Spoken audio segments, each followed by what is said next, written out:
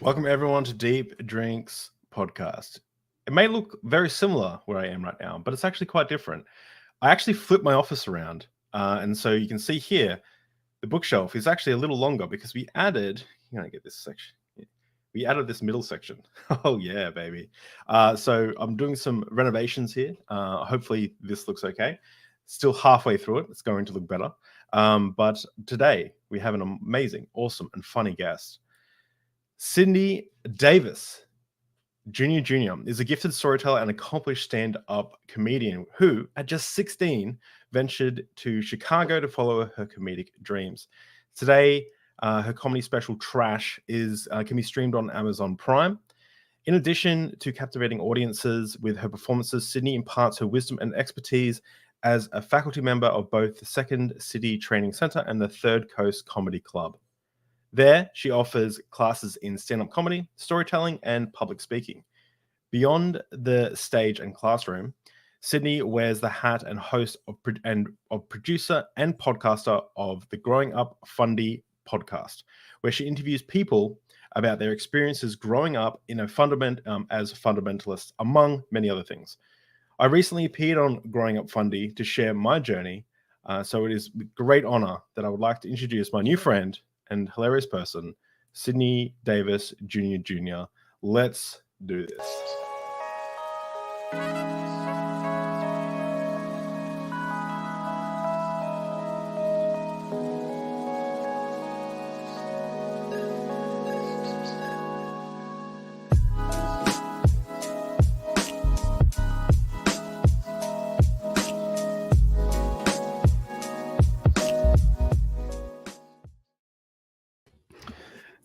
Hey. Hey, Welcome. what's going on?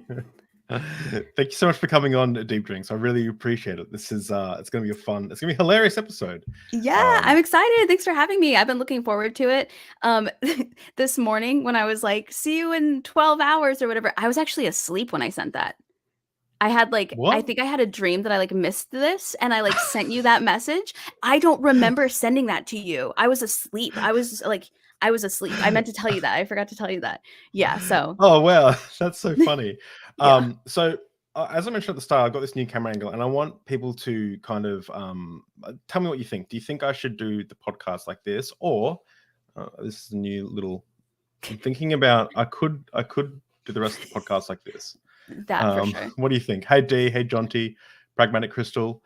This is I kind of like this angle. It kind of brings some seriousness to the the conversation. No, for sure. I'm just kidding.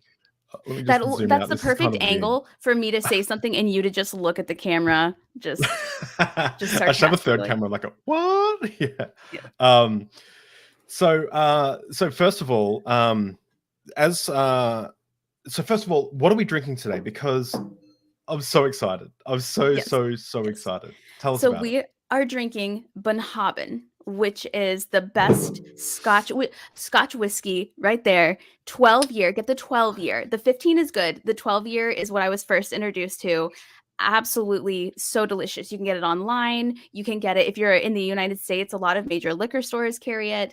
You can't go wrong with it. It's delicious. It was given to somebody I knew as a gift once, and I tried it at their house, and I've been obsessed with it ever since. I've been drinking it for 5 or 6 years. I pre-portioned mine out so that I stay sane and sober, but not sober, just sane. So I've got a couple little portions out here, but yeah, it's delicious. I like it neat. I guess you like it with ice, which is fine. If you're a baby. Look, I've got my glass to go neat. I don't know why I like it with ice, but I've got both. I'm gonna do both today. I walked out there and I got the ice, and my roommate said, "Drinking at 10 a.m., Dave." And I was like, "Hey, what can I say? Not? This is deep but you know, drinks. it's high quality stuff. It's high quality. So at least you're drinking high quality. I had a friend who, when she went to college, her dad was like, if you're going to binge drink, at least binge drink high quality. Here's the brands you're allowed to binge. And it was Grey Goose and stuff. Yeah. My dad was, has had previous problems with alcohol. And he mentioned, we got drunk on vodka one night when I was a teenager, and me and a buddy, and he said, he comes in and he goes, "Hey, rummies," when he found out, because their parents called my parents, and he goes, He goes, don't. He goes, drink beer. He goes, it's not dangerous to drink beer. Like if you're gonna binge on something that's not straight 40% spirits. Right. But Although, have you had moonshine? It's delicious. I have had moonshine, but It's delicious. Actually, whiskey kind of starts as moonshine. It gets all its flavor and its color from the wood barrels that it's and the location on Earth that it's grown in. But something I want to kind of mention is this is from one of my favorite islands. And I was so excited when you mentioned it. As you can see, I'm not sure if you can see, but sadly, half of this has perished. I'd never tried it before, and I ordered it, and it came way too early. And I was like, I'm not going to be able to sit this on my shelf for the next month. That's literally why I have to like portion it out into little cups, because I just will drink the whole. It's so good. And I had a little sip, and I was like, this is delicious, and I just kept drinking it. And you know, it's survived longer than I thought. Like I thought, I'm like, I hope I don't have to buy another bottle. But it's fantastic. But it's from Islay. And Islay is an amazing little island in Scotland. And I just want to quickly tell you a little bit about Islay, which I just find amazing. Yeah. So on Islay, they don't have typically an Islay whiskey, an Islay Scotch has a smoky flavor. This doesn't have like too much of a smoky flavor. Yeah, it's not like a peaty flavor. Yeah, it's definitely like no peat anywhere. Yeah, but depending on like if you took a barrel from like the same barrel and stuck it on Islay and versus stuck it in Kentucky or stuck it in the Highlands of Scotland, it would actually change the flavor of the whiskey because of how the wood kind of sets in different seasons and like the temperature and stuff. But one of the things that's really interesting is Islay has no trees. So like, it has very little trees. I did not expect that to be what you said. Yeah. So what they started doing is they started digging down like 5,000 years of peat. So these like, moss. Peat is like moss, right? Like I don't maybe I'm wrong here, but it's like moss and it kind of grows up and like layers itself every year. And they dig these your parents going nuts. Dig these wild these big slabs of peat. And they stick it out and they dry it. And then they use that to smoke the whiskey. And that's where you get that peaty smell. But what's interesting about all of this and why it's relevant to why I'm even telling you is, one, I think it's cool. But two, it's older than the flood. Yeah. Yeah. So that's where they find all those bog bodies is down in that peat. Yeah, exactly. So it's like, it's older than the flood, or it's older than like you're digging up. Like for the flood to have happened, it kind of like it spits in the face of this delicious whiskey. So it didn't happen because. So if you're an atheist, drink Bunhabin. Oh, it's so good. It's very delicious. Man, that's good. So I'm gonna mix it eventually with the ice, but I'm starting fresh with the. And I will say, I've always been a neat person. Somebody told me that if you add a couple of drops of water, it like opens up the flavor. I didn't believe them. I thought they were just trying to like add one. It does. It tastes a lot different when you add a couple drops of water. So that is an option as well. That actually, it depends too on like the type of whiskey, because different whiskeys it'll mute it, and different whiskeys it'll create a chemical reaction. Like I could do a whole stream on whiskey. Like I love whiskey. I'm a bit of a an aficionado. Like my facts are kind of muddy, but they're there. But it's wild. So first of all, you're a stand-up comedian. Yep. I've been doing stand-up for 16 years this year. Damn, that's so cool. Let me just quickly share some of the stuff you've got going on, and then I'm going to ask you a very serious question. First of all, peeps, go check out your YouTube channel. It's linked in the description. I was on it a few days ago. It was really fun. We had a wild time. That was really good. And you do like a lot, you do very similar podcasts to what we do here, interviewing people about their journeys and stuff. You also have a special called Trash on Amazon Prime. People can buy it. It's just 15 minutes long, but it's I haven't actually checked it out yet. I forgot to check it out, but I'm looking forward to it. The cost is like going up. Amazon like raises cost. The best clips are on my YouTube channel. If you want to see the highlights, they're on my YouTube channel. They're like the first video when you go to my YouTube channel. I think I saw the home. On like they should be those first two clips on the stand-up playlist right there. If you scroll down the fourth playlist down, those first two are from the special. And honestly, like those are the two of my favorite sets. So if you do those ones. This one I so Secular already reached out and said, I got this comedian friend. She's hilarious. She does a podcast called Growing Up Fundie. Would you interview her? And I said, I'll check out her stuff. And I watched this clip and I was like, yes, because it's so funny. Like it's hilarious. Yeah, that was in 2019. But yeah, I love that night. That was such a good night doing stand-up. It's one of my favorite memories. I like to go back and watch those just to relive that night. It was so great. It was at a theater in Chicago, pre-pandemic. It was awesome. So your mum was in the audience, right? She was. Yeah, she was. That's right. My mom was there. My brother was there. My sister-in-law was there. Yeah. Yep. So your mum goes, you're like, oh, you're like, my mom asked me not to talk about drugs tonight. And you're like, so we're gonna talk about drugs. True story. Give her a 5. Yeah. True story. Yeah. Yeah. She because I had told one joke about weed like 5 years ago. And so she was visiting Chicago and she was like, whatever you do, like, please don't talk about drugs, even though I hadn't done it in like 5 years. So immediately I knew I had to talk about drugs that night when we were filming it. I was like, done. I'm talking about drugs. That's so good. It's really funny. And you also have your podcast isn't just on YouTube. It goes out to like podcasting apps. And so this is a Spotify link. And I haven't even checked out my episode yet. So I just realized, sweet, anxiety, leaving faith, and controlling your thoughts. Hell yeah. So that's going to be it's a cool episode that's up there now. So everyone can go listen to that. Nitty, thank you for a super chat. Thank you so much. Nitty Buy it is now, you the goof. bomb. It's paid for. What is he talking about? The special, the Amazon special. Yeah, I was like, I'm looking through cool. All right, awesome. Thank you, Nitty. I appreciate that. Thank you so much, Nitty. That's awesome. Nitty's always out just donating money and time. It's awesome. Nitty's dope. Nitty's a great guy. We have a tomorrow morning. I hope, Nitty, you can join. So for my Patreon supporters, I'm doing a for anyone who is a Patreon supporter or a channel supporter, you can come on and chat with me. I'm doing like a 2-hour Q&A, and it's going to be streamed on this channel, but anyone who supports me financially will be able to jump on and like chat and hang out. So that's going to be really fun. So hopefully I'll see Nitty there. You can promote your channel and stuff like that as well. So you're a comedian. So this is the question. This is the question I want to ask. So you're a comedian. So say something funny. Pay me money. Actually, what's funny? Make me laugh. Have you seen that South Park clip where it's like, girls are funny, get over it, and it's like, Wendy, come up here and say something funny. And it's like, say something funny, Wendy. It's like that. Do something funny. Do it. Yeah, people ask, they're like, tell me a joke, and I'm like, pay me money, and they're like, I don't have any, and I'm like, well, then I don't have any, I guess. Like, I don't know what you want to say. Yeah. What do you So we will get into your journey a little bit, of course, but do you think that comedy has like shaped the way you think about the world? 100%. 100%. So I started stand-up, like I won't launch into the whole thing right now, but I started stand-up so young. I started stand-up when I was in 11th grade.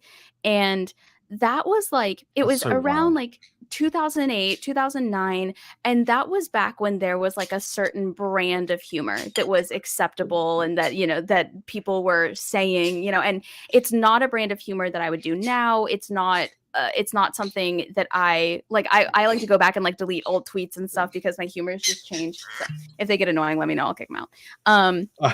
But it's definitely taught me a lot in terms of how far I'm willing to go for a laugh and what's truly funny and what's not. So, when I went through my edgy teenager phase, like everybody did, I also had a microphone and I had like a YouTube channel and I had Twitter. So not only did I go through that like edgy teen phase, but then I was up on stage, like trying to make jokes out of these ideas that I thought were such like poignant, one of a kind, can't tell me nothing ideas.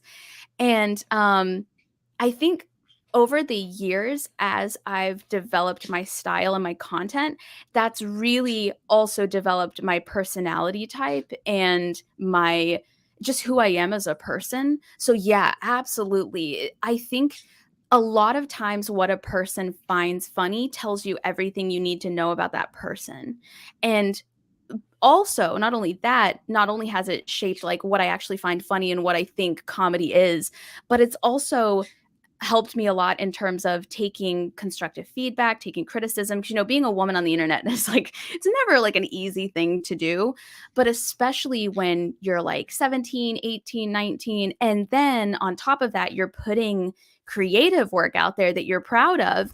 And you have to decide, are the mean comments like actually mean comments, or are they constructive feedback? Are you going to listen to what they're saying? And so it's been a huge lesson for me in my life too, on like separating constructive criticism from just people being mean, and the benefits that come from implementing that constructive feedback as well. So it's really I said all that to say it's impacted my life in a lot of ways that I'm very grateful for, if that makes sense. No, that it does make sense. I look back at some of the stuff I used to like, and I see how, I guess, my left wing libtard socialist or whatever. Why did I say libtard? That's an offensive term in itself. But the point is, like, I've become more progressive in my worldview, and I'm noticing like a lot of the things I used to laugh at, I don't no longer. I'm like, I don't know if that's okay to like. I don't think that's like that is coming from a hurtful place rather than coming from like a good place. Yeah, absolutely. Yeah, it's taught me a lot about that. Like, especially when I use Time Hop, and Time Hop, if you use it or if you're unfamiliar with it, it shows you what you were posting on all social media platforms every day of the year, as far back as you were posting.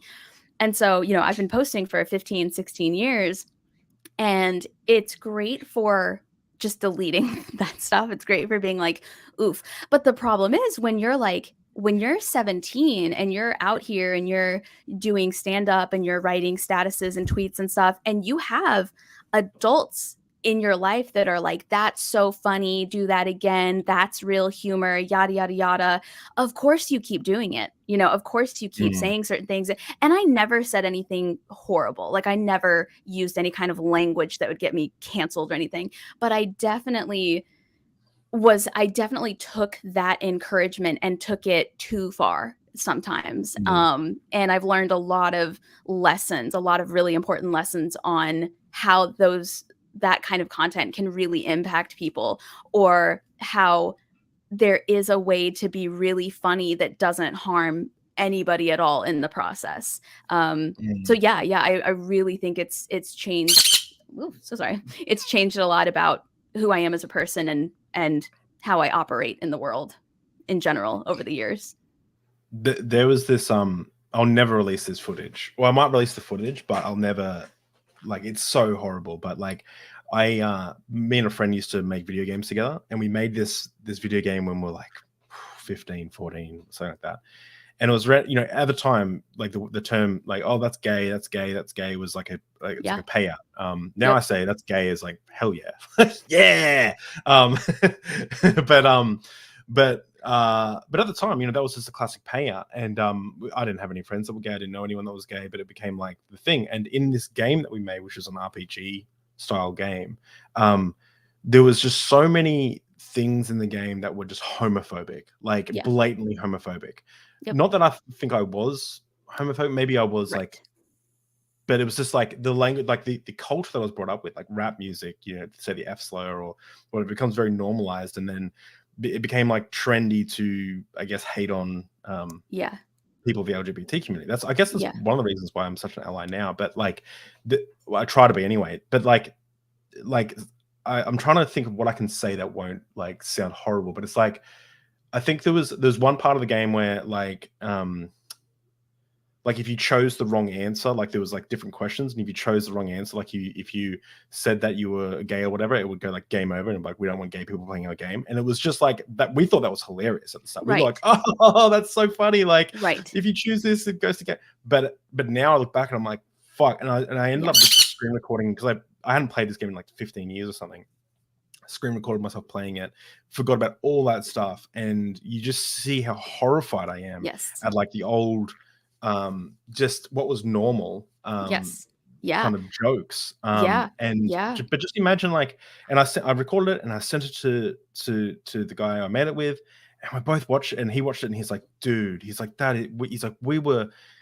was so fucked up. Like, he's like, that, I know, like at the time there wasn't like, we weren't trying to be malicious, but like the jokes were just fucked. Right. It's just that it's not even it was more a reflection of the time and the environment that we grew up in, rather than us, because that was just normal. And it's just And I think the reason we did things like that when we were younger is because, like you said, you're not homophobic, so you don't think there's anything wrong with you saying like gay or whatever, because you don't, you don't mean it, whatever. Mm. But we've learned so much over the last 2 decades about like how perpetuating that behavior can add to whatever the issue is, or can add to sentiments that parrot, pun not intended, that same activity. I don't know what their problem is. They were quiet until just now. And so like my thing back then was I had a blog. This was back when everybody had a blog.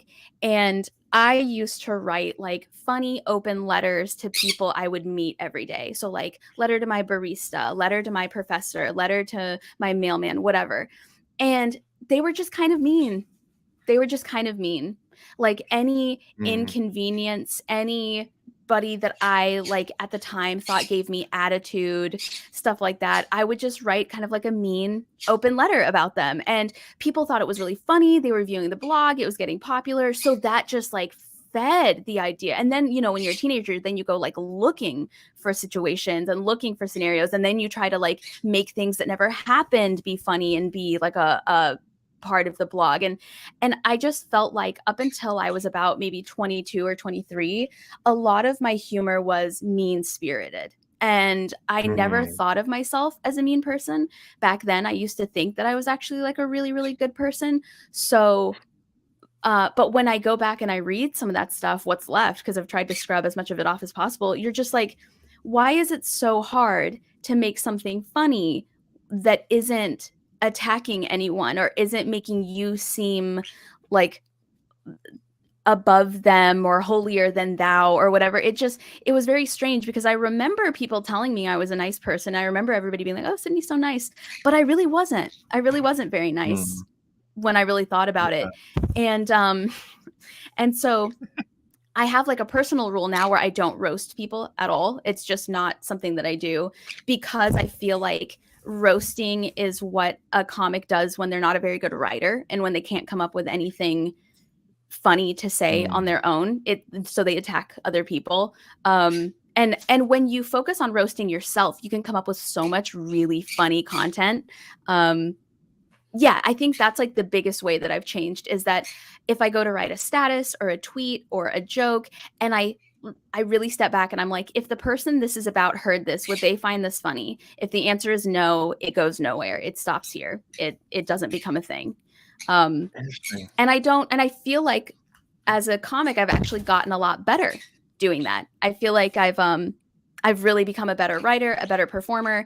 There's nothing that I feel like people can't watch. Like there's no videos out there that I think like certain people would like and other people wouldn't like. I think it's challenged me a lot in a way that I'm proud of, I think. If that makes sense. Yeah, there's it's super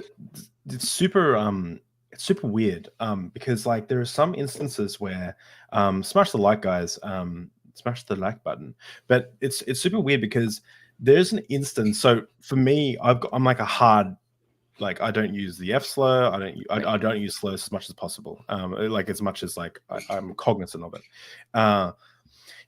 For sexuality, for anything that people are, I don't even like the term like white people, right? Because like I feel like you're just putting in, you're using what's the term? Characteristics that people can't change. What is it stereotypes called? And non-formidable. I know what you're talking about. Yeah, it's like it's like something that somebody can't change. Yeah, something can't change. So like even though like in typically like white people are like in the place of privilege, like typically it's still, I don't think it's like, I try not to point the finger at like when I make jokes or ridicule someone or whatever. I try not to do that. So no, consensually smash that like button. Thank you. I like girl. You're a great new member of the chat. Thank you. You always post really funny stuff. They always post really funny stuff. But one of the things that I found was I'm against all that kind of stuff. But I found one instance where I'm still on the fence about whether or not it was like appropriate to use like a hard F slur, like the slur for homosexuality, and that was Christopher Hitchens and Stephen Fry when they debated two Catholics on whether that Catholicism was like a good force for humanity. And it was just a train wreck. It's one of my favorite debates where like Stephen Fry and Christopher Hitchens just absolutely slam the Catholic Church for their like disgusting perspectives, like the way they say like AIDS is bad but not as bad as protection, like in different just things like that, like in like AIDS-ridden Africa, and just stuff like the harm they've done to society. But one of the things that Chris Hitchens does is he says the F slur. Says I don't want to accidentally say it, but he says the F slur, and he says essentially one of the reasons why people should reject the Catholic Church is because of the hatred you show towards my friend Stephen. You say you're a child of God, made in the image of God. No, you're not. You're an F slur, and you don't get to go to heaven, and you don't get to join our church. He's like, and then it was like that. Him saying that like very harsh word, but in defense of the LGBT community against the people, it kind of bring the seriousness of like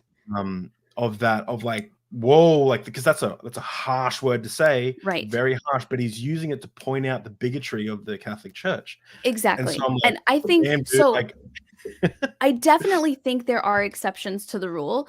One, if you are quoting something like that, like if he had read something somewhere where they literally said that, they used that word to describe somebody, telling somebody what they're like or what they sound like, I don't think is against the rules. I don't think that's wrong.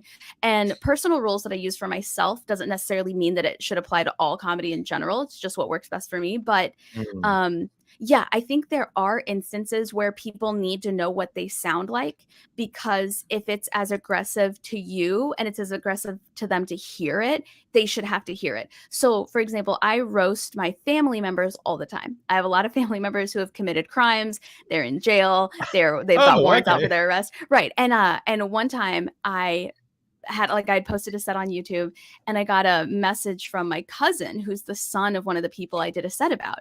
And he said, "Hey, I just saw your set." And I was getting ready to like start a fight with him. And he said, "If people don't want you to talk about it, they shouldn't do it." He's like, "You didn't lie. You didn't make anything up. You didn't exaggerate anything. You literally just talked about what my mom did." And I think that's fair game.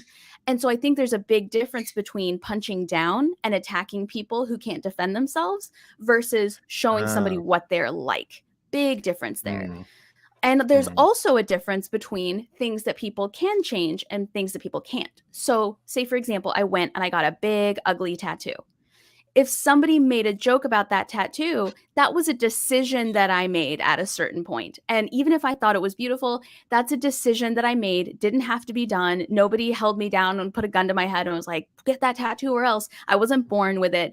Like if somebody roasts my haircut, that was a decision that I made at a certain point. Whether or not it was a good one is up for debate. But there's like decisions that were made, right? And I think that stuff is fair game. If somebody's a celebrity, fair game. If somebody's a politician, the fact that they're a politician, fair game. If somebody has a dumb haircut or tattoo or style or whatever, fair game. It's when you talk about people and things that they cannot change about themselves, nor should they want to if they don't want to. That's where it becomes punching down. It becomes ridicule. It becomes, in my opinion, lowbrow humor. Like race, religion. Some people would argue that religion is a choice. I don't think it is. I don't think religion is a choice. And so those are examples of things. We could get into a whole conversation about whether or not anything is a decision. Like, because there's a slippery slope there where you know, like, so like, let's use your haircut as an example. I like your haircut; it's cool, right? But like, let's say someone's like, "Why did you get that haircut?" What would you say? So the real story is I accidentally shaved my head like 3 months ago. And so this is just the grown out version. And so I'm just glad you accidentally shaved your head. What do you mean? So were you like high or like what was it? No. So I had an undercut. I had really, really long hair. And then I had like a shaved side. I had an undercut up until February, March. And I would shave the undercut myself. And the guard came off. The guard fell off. And I took out a chunk. I took out a whole chunk to the scalp, bald. And so then I tried to fix it. So then I was like following, guys, relax. I'm on live. So then I tried to fix it. and it looked worse. And then I tried to fix it again, and then it looked worse. I tried one more time to fix it by following a tutorial, and it looked worse, and I just shaved it off. I just shaved my whole head. Oh my God. I did the same thing. So Yep. I one time, very different in my circumstance because my hair wasn't as long as yours, but like I came home from work one day, I had pierced my lip that day, and I was like, you know what, I need a haircut as well. I'll use the clippers that my dad uses to clip the dog. Oh no. Like, and I was like, Yeah. and I'm shaving my head in the mirror. I'm like, gee, and I put it on a 4 or 5. I was like, didn't want it too short. And I'm like, Yep. geez, that's short. And I look on the ground and the clip had fallen off, and I'm at 0. Yep. It's And I was just like, oh, to the scalp. There was nothing yeah. I could do. It was like 3 different lengths, and then it was like one length, but it was like Dora the Explorer, and then it was still the undercut, and then like by the then it finally became like a faux hawk, and I was like, I'm just shaving it. So I shaved it all off, and then I've been growing it out. So this is like the grown out pixie. Yeah, awesome. So I'm just gonna keep it like this for like a year. Yeah. Yeah, cool. Well, I still remember coming to work, like, and this was around the time that I was like losing a job you lost a job as a youth pastor, and like people like, is Dave okay? I come to work one day, I got a shaved head and like a pierced lip, and everyone's just like, I don't think he's all right. Like my friends come around and I'm like having beers for the first time in years, and I'm like got a shaved head, and they're like, Dave's just like cracked. I was like, no, it was an accident. Like, this was funny. Yeah. This was an accident. Like, Yeah. Anyway, I had a friend text wild. me. She was like, love the shaved head. She's like, love it. If it's for style, looks hot. If it's for mental health, call me. She's like, good. looks great. Yeah. So that's a great example, because you didn't actually have a choice there in shaving your head. Like, it wasn't necessarily your choice to shave your head there, right? But like, I mean, I guess- could have left it one of the other ways. Yeah, you could have. Yeah. Suppose. But I could have guess just not trimmed it that day, I guess. I don't know. Yeah. Well, I guess the point of like where I'm kind of, we're getting very deep, right? But the point is like so like every decision we make comes from a want, right? This is like we're getting into like some beta level like pseudo philosophy kind of memes here. My own thoughts that someone's going to point out are stupid for some reason and point to some philosopher I don't know of. But like every desire, everything that, like, the reason I chose to put this shirt on was because I wanted something. I wanted to, I'll put this shirt on because I think it looks better than when I don't wear a shirt over my other shirt, right? Right. And it's like, why? And it's like, well, because I think it looks better because society, or it's like, and then it's like, why? And you can keep asking why, and eventually you get to such a fundamental level that you don't actually have, like, you don't choose the why, you don't choose the wants. So the want, like the want. Eventually you get to a fundamental level where you don't choose the want, right? Right. if You don't you choose the want, but you choose the action whether or not you give in to that want, if that makes sense. Yeah, but okay, well, give me an example. So and I'm sorry do you mind if we digress into random philosophy? Yeah, that's totally fine. Yeah. So I was raised in like a Baptist Southern Christian home. So I wanted to shave half my head for ages. I thought it would look so cool. I wasn't going to do it until I was in my late 20s, because of stigma and all that. And so, like, I think, for example, whether or not you feel a certain way, I don't think is a choice. Whether or not you act on it is a choice. I can think of, like, please. So, for example, if you're like, I really want to try. Hold on one second. I'm gonna hold on one second. No worries. I think the birds are having too much of a great time. So Pragmatic Crystal, great to see you here. Guys, you're Pragmatic Crystal, you're a member. I called earlier, you're a member. Tomorrow morning I'm doing a stream. You guys can jump on and chat and ask me questions if you want to hang out a couple of hours. So yeah, just link is in the look at the membership thing and you'll be able to join. Anyway, Sydney, what were you saying? So sorry, I'm back. So I think we hear a lot of stories historically about people who wanted to do things, but they didn't until later in life when it was maybe more acceptable, or when a spouse passed away, or when their kids graduated from high school, right? And so I think wants are not a choice, but I think actions are a choice. You can want a tattoo, but you won't get that tattoo unless you decide to, or maybe you have the financial means to. I've always wanted to have short hair, but I didn't actually do it until I had to do it, until I had like no other choice but to do it. well, technically no other choice. I think, like, for example, maybe you live in Texas and you can get a black car. Maybe you want a black car, but you know that if you do the math, you know, it's going to cost you this much more. The heat, the cooling, like the temperature of the car is going to make a difference. So you don't get a black car. I think there are a lot of choices that we make every day based on things, wants and drives that we can't change, but we can change the choice, if that makes sense. And we can make certain decisions based on those wants. See, I'm flirting with the idea that that choice that we have, I agree we have choice to some extent, but that choice that we have, I am starting to flirt with the idea that that's like an illusion. Like it's not a real thing. So for example, the black car, right? Yeah. Right. So like the choice of like, well, do I get the black car? I still have the choice of getting a black car, but you're still that decision is still rooted in the wants. So you weigh up your wants. Do I want to have $15,000 in my bank account or not? And that want isn't something that's chosen. You don't choose the want. So underneath every decision, even though we do make the decision, there's wants behind it that we don't have a rationale for. They're just wants. Like I don't want my hand to be burnt. I want it to be not burnt, so I don't put it on the hot plate. But I didn't choose that want. But I have a choice to put my hand on the top plate. But I won't. The wants I don't think we control. The actions I do think we control. Also, to the opposite point, we do lots of things every day that we don't actually want to do. You know, we go to jobs that we don't actually want, but they were the best job for our actual wants at the moment. You know, we don't actually. Well, why? Why? Let me just interject. Why would you go to work if you don't want to? Because the things that happen to you when you don't are worse for you than just going. So I don't want to.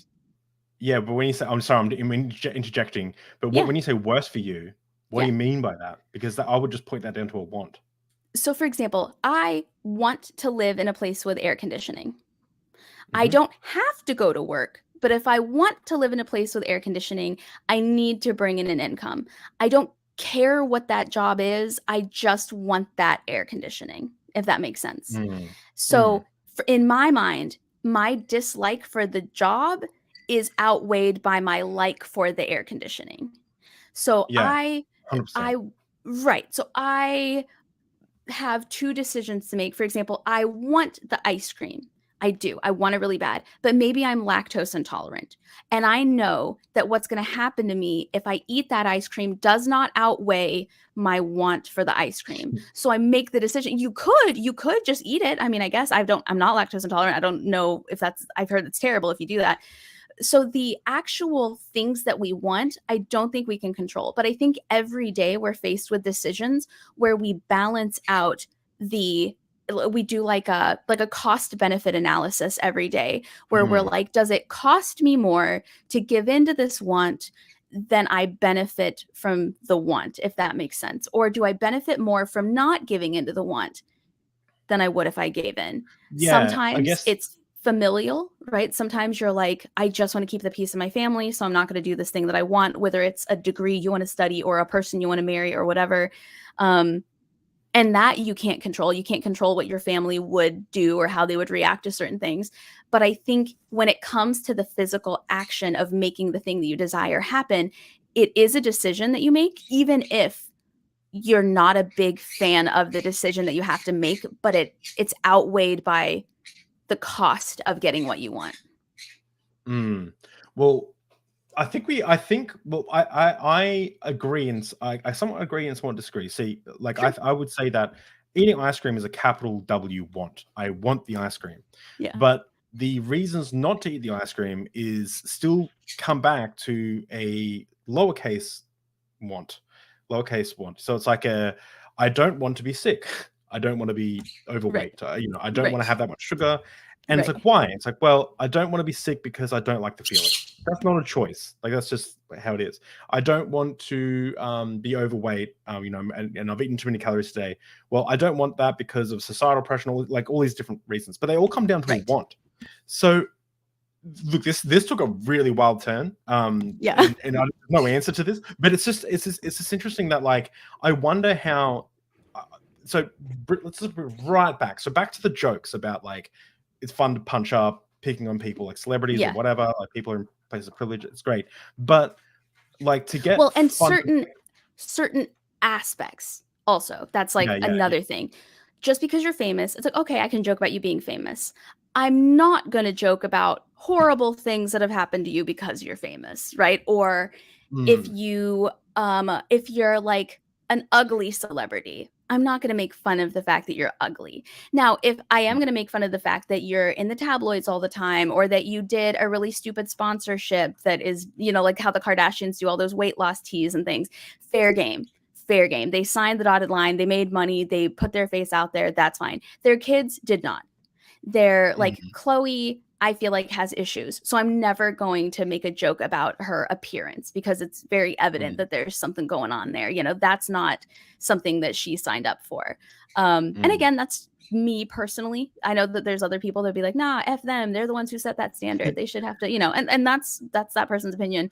But like politicians, like whatever they stand for, I'm going to roast that because they made that public. Yeah, exactly.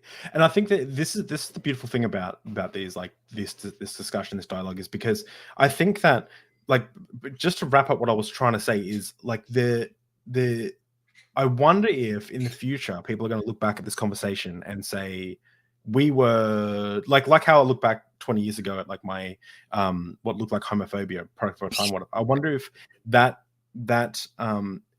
expansion of, like, what do people choose and why? I wonder if that becomes more cognizant. I think that's the right word in the zeitgeist and in how people view the world. Like, let's say we solve brains and we work out that every decision is just a biochemical reaction to something or something, right? Right. And we just solve consciousness. Don't think it's going to happen, but let's say we do, and we discover it's all natural. It's all like we live in a completely deterministic universe or whatever. Like, how will that? Like, will jokes ever be okay to talk about? Like, if we could show that decisions just came down to wants that we didn't choose, right?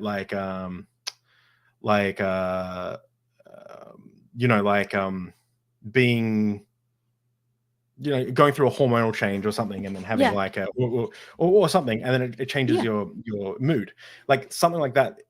I wonder if the scope of comedy will actually change, and then all of a sudden it's not people with immutable characteristics. That's the word.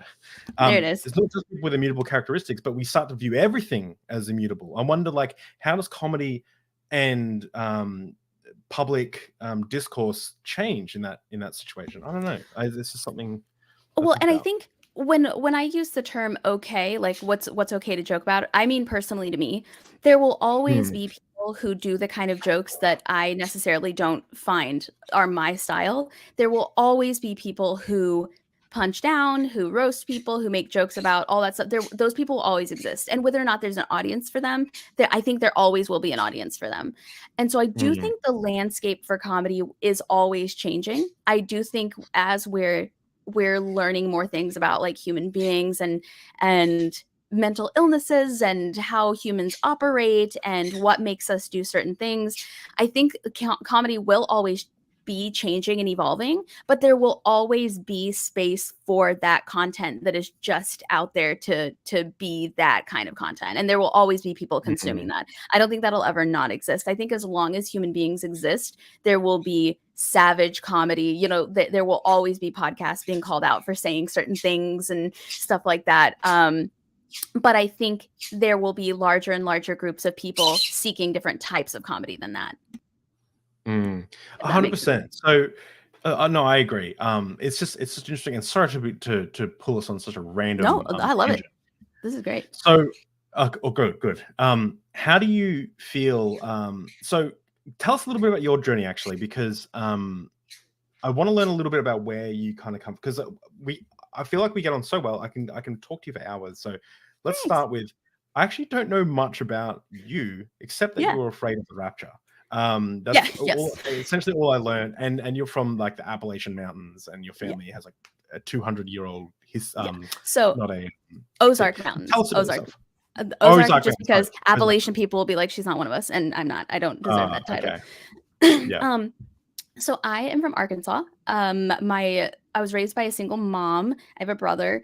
My dad died he died literally a week after my first birthday. So it was just like the three of us for a very long time. And my dad was an artist. He actually did most of the artwork in my room. He did like this picture. He did all the art in my room. I've always been in a very artsy family. My mom studied journalism. She was like a speech professor at one point in her life. And my brother's always been in theater. He's actually a playwright right now. And he directs theater as well. So we've always been just like a very artsy, performative family. And when I was a kid, I wanted to be a cartoonist. I started doing illustrated comics, and my goal was to have a syndicated comic strip in the Sunday papers. I wanted to have like one of the color strips in the Sunday paper. I sound like such an old person when I say that. I wanted to have one of those colorful funnies in the Sunday paper. But you know, it was Arkansas. It was Arkansas in the 90s, so there wasn't really a lot going on. You know, we had like local theater, and we had high school theater, and we would compete in competitive debate and forensics, which was like competitive acting and competitive public speaking. But that was kind of all there was really at the time. So we were always trying to exercise our creativity that way. And then when I was in, I think, 7th grade, no, I would have been 7th or 8th grade. I was always a big fan of Saturday Night Live. But one day, I think I was in 8th grade, I realized, I was like, wait a second, Saturday Night Live is somebody's job. Like somebody makes money doing that. That's interesting. How do they do that? And I remember Saturday Night Live kind of inspired me to join drama and stuff like that. But I was never an actor. I remember joining drama and feeling like one of the odd ones out because I'm not an actress. I'm a terrible actress. I'm a horrendous actress. But that was really all there was. So I would always go for the humorous characters. Like I was the monkey ruler in Jungle Book, and I got to wear like a fat suit and stuff. I love doing that stuff. I love making people laugh. But my brother is a very good actor, and he's a very good director and writer. And he always seemed to really just like hone in on that. And then when I was older, I started thinking about Saturday Night Live again. I was probably in 10th grade, and I was like, how is that somebody's job? How do you do that? And my mom looked into it because she's always been very supportive, because my brother and I have been we've been super hard workers our whole life. We weren't really those kids who picked up stuff and quit it just instantaneously, except piano. I quit piano. Fun fact, I had the same piano teacher as the Duggars. We had the same piano recitals, for anybody in the chat who knows who that is. And so then we looked into it, and it turns out they all come from a place called the Second City, which is a comedy theater in Chicago. And so my mom said, you know, over Thanksgiving break, let's go check it out. Let's go see a show, blah, blah, blah. You know, so we did. We went to Second City, and we saw 2 shows 2 nights in a row. And it was I remember watching them and being like, that's what I want to do. Like that's it. Like what do you call this? This is so good. This is what I want to do. Short form sketches, making people laugh, playing characters, telling jokes that I wrote. And we saw one show one night, and they just crushed it. And then we saw a second show the next night, and they just crushed it. And it was just a magnificent experience. And in the building where the Second City is located in Chicago, there's a Starbucks. And the next day, the 3rd day, we were at Starbucks, and I look over and I see a comedian that I had seen in one of the shows the night before. And I had one of those little fangirl moments where I'm like, do I go talk to him? What do I say? And finally I got up the courage to talk to him. And I asked him, I said, you know, if you had advice for somebody who wanted to do what it was that I saw you do yesterday, what would you say? Like, what would your advice be? And he said, I can't give you better advice than to move here. He's like, you have to move here. If comedy is what you want to do, if you want to get connected, if you want to get the training that you need, if you want to get the experience you need, there's no better opportunity than for you to move here. And I'm sure he meant when I was an adult. I'm sure he meant like when I was a grown up. And he said, I can't give you better advice than that. Everything you need is here. And so I talked to my mom, and she said, if you're serious about it, because I was a very serious kid. My brother and I were both very serious. We were those drama kids that would like rehearse for like hours in our room just to like get it perfect. You know, we were like workaholics from the age of 11. Wow. So she knew that I was serious about it. And so she said, if you're dead serious, and this is really what you want to do, then we'll take a year. She's like, I can get a year sabbatical. She's a teacher. So they'll hold my job for a year. We'll move here and you can start taking classes at Second City. She said, there's rules though. One, you got to get a job because this is a family thing. We're all going to pull this together. You got to get a job. You got to contribute. Two, if your grades slip, we're going home. She's like, if either one of your responsibilities slip, you're going home. Or if I find out that you're not going to your classes or whatever, we're going home. So in 11th grade, I moved to Chicago and my brother was in college and he transferred schools. He found out we were leaving and he's like, well, I'm going too. He's like, you're not going to leave me here. No so we way. all went. Yeah. So we all went to Chicago. We moved down the street from the Second City into this tiny little apartment. We took our dogs and I started taking classes there. I ended up getting some scholarship that I didn't realize you could get scholarships to classes like that. Turns out you can. And I started taking improv classes in their teen program. And so I was like going to high school during the day, and then I was taking comedy classes at night and working at Build-A-Bear Workshop at Navy Pier. Nightmare experience, by the way, if anybody's curious.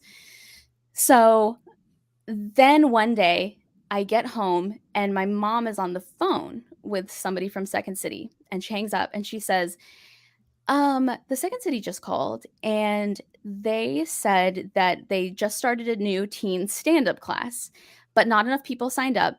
Only 2 kids signed up, but they don't want to cancel it. So you start on Thursday. She's like, and I was like, what? And she's like, yeah, good luck. You start on Thursday. She's like, they just auto enrolled a bunch of their improv kids into stand up. So you start stand up. And I was pissed. I was so mad because like improv is life. SNL is all I ever want to do with my life. And I remember saying, what if they laugh at me? And she's like, that's the point. That's literally that you're failing already. Like that is the point. I don't understand. And I took my first stand up class and I have been doing stand up ever since. That was in 2008. And I've just been doing stand-up ever since. I got hooked immediately.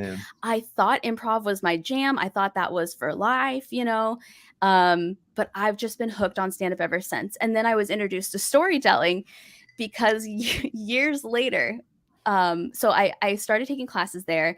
And then they hired me as a faculty member when I was 25.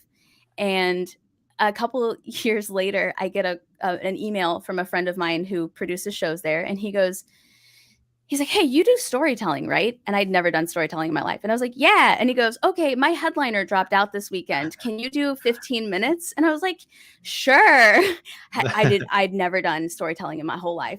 And I ended up telling a story about the first time I ever smoked weed. And people responded to it in such a positive manner. I had such a good time that's when I started storytelling. And I've always been a huge fan of David Sedaris. And I never knew what to call what it was that he did when I would see him on stage. I pay to see him live all the time. I got to meet him last year and it was like, but I never knew what that was. I was like, what is that? It's not stand up. He's just reading his writing to people. He's just reading it. Like, what do you call that? It was storytelling. And so now I do storytelling and I actually like storytelling more than stand up, although in my particular style, they're very similar. But yeah, I've been doing stand-up and storytelling ever since. And it just really, the pieces just click together in that moment. And I owe it all to the guy who just called my mom and was like, hey, by the way, your daughter needs to start class. I don't know. Like that guy has no idea. He probably made 100 calls that day. He has no idea. He changed the course of my entire future just by randomly going down a spreadsheet and calling my mom. Wow. So did you grow up in like a religious family? Like, yeah, I did. I gathered that because you've got the podcast is Growing Up Fundie. So yeah. I wasn't fundamentalist, but I went to church with fundamentalists. Like I went to church with the Duggars and stuff like that. Like I knew about them. Who are the Duggars? I don't actually know who they are. So they are a family from a show called 19 Kids and Counting. And then they had like Counting On. That was another one. Okay. And now they've got 20 kids. At the time, there were only 10 of them back when I knew them in person. Yeah, exactly. Damn. Yeah, I think now I would call them IBLP. They've actually got a documentary coming out soon. But yeah, and so we called ourselves non-denominational, but I would say we were always Baptist. Even though we said as a family we were not denominational, we always pretty much went to Baptist church with a very few exceptions. And my mom is very religious. She prays. She's one of the people who, when you're stressed out, she says you need to pray about it. You need to ask God how you feel. We weren't fundamentalist by any means, and my mom is very liberal for Southern Christian ladies. She, in every group that she's in, she's the most liberal one, but there's still, Christianity is still very much part of how I was raised and how my brother was raised, and how she operates. My mom, one of my classic the classic things my mom always says, and my mom's amazing, but she says she goes, she's always been too bent for the straights and too straight for the bents. She's like, she doesn't want to hang out with like drug dealers, but she doesn't like hanging out with like, the church librarian. Like she's just My mom is literally a librarian. And so she's one of those people where like, she does not care if you're gay. That's fine. She does not care if you're non-binary, but don't use the Lord's name in vain in her house.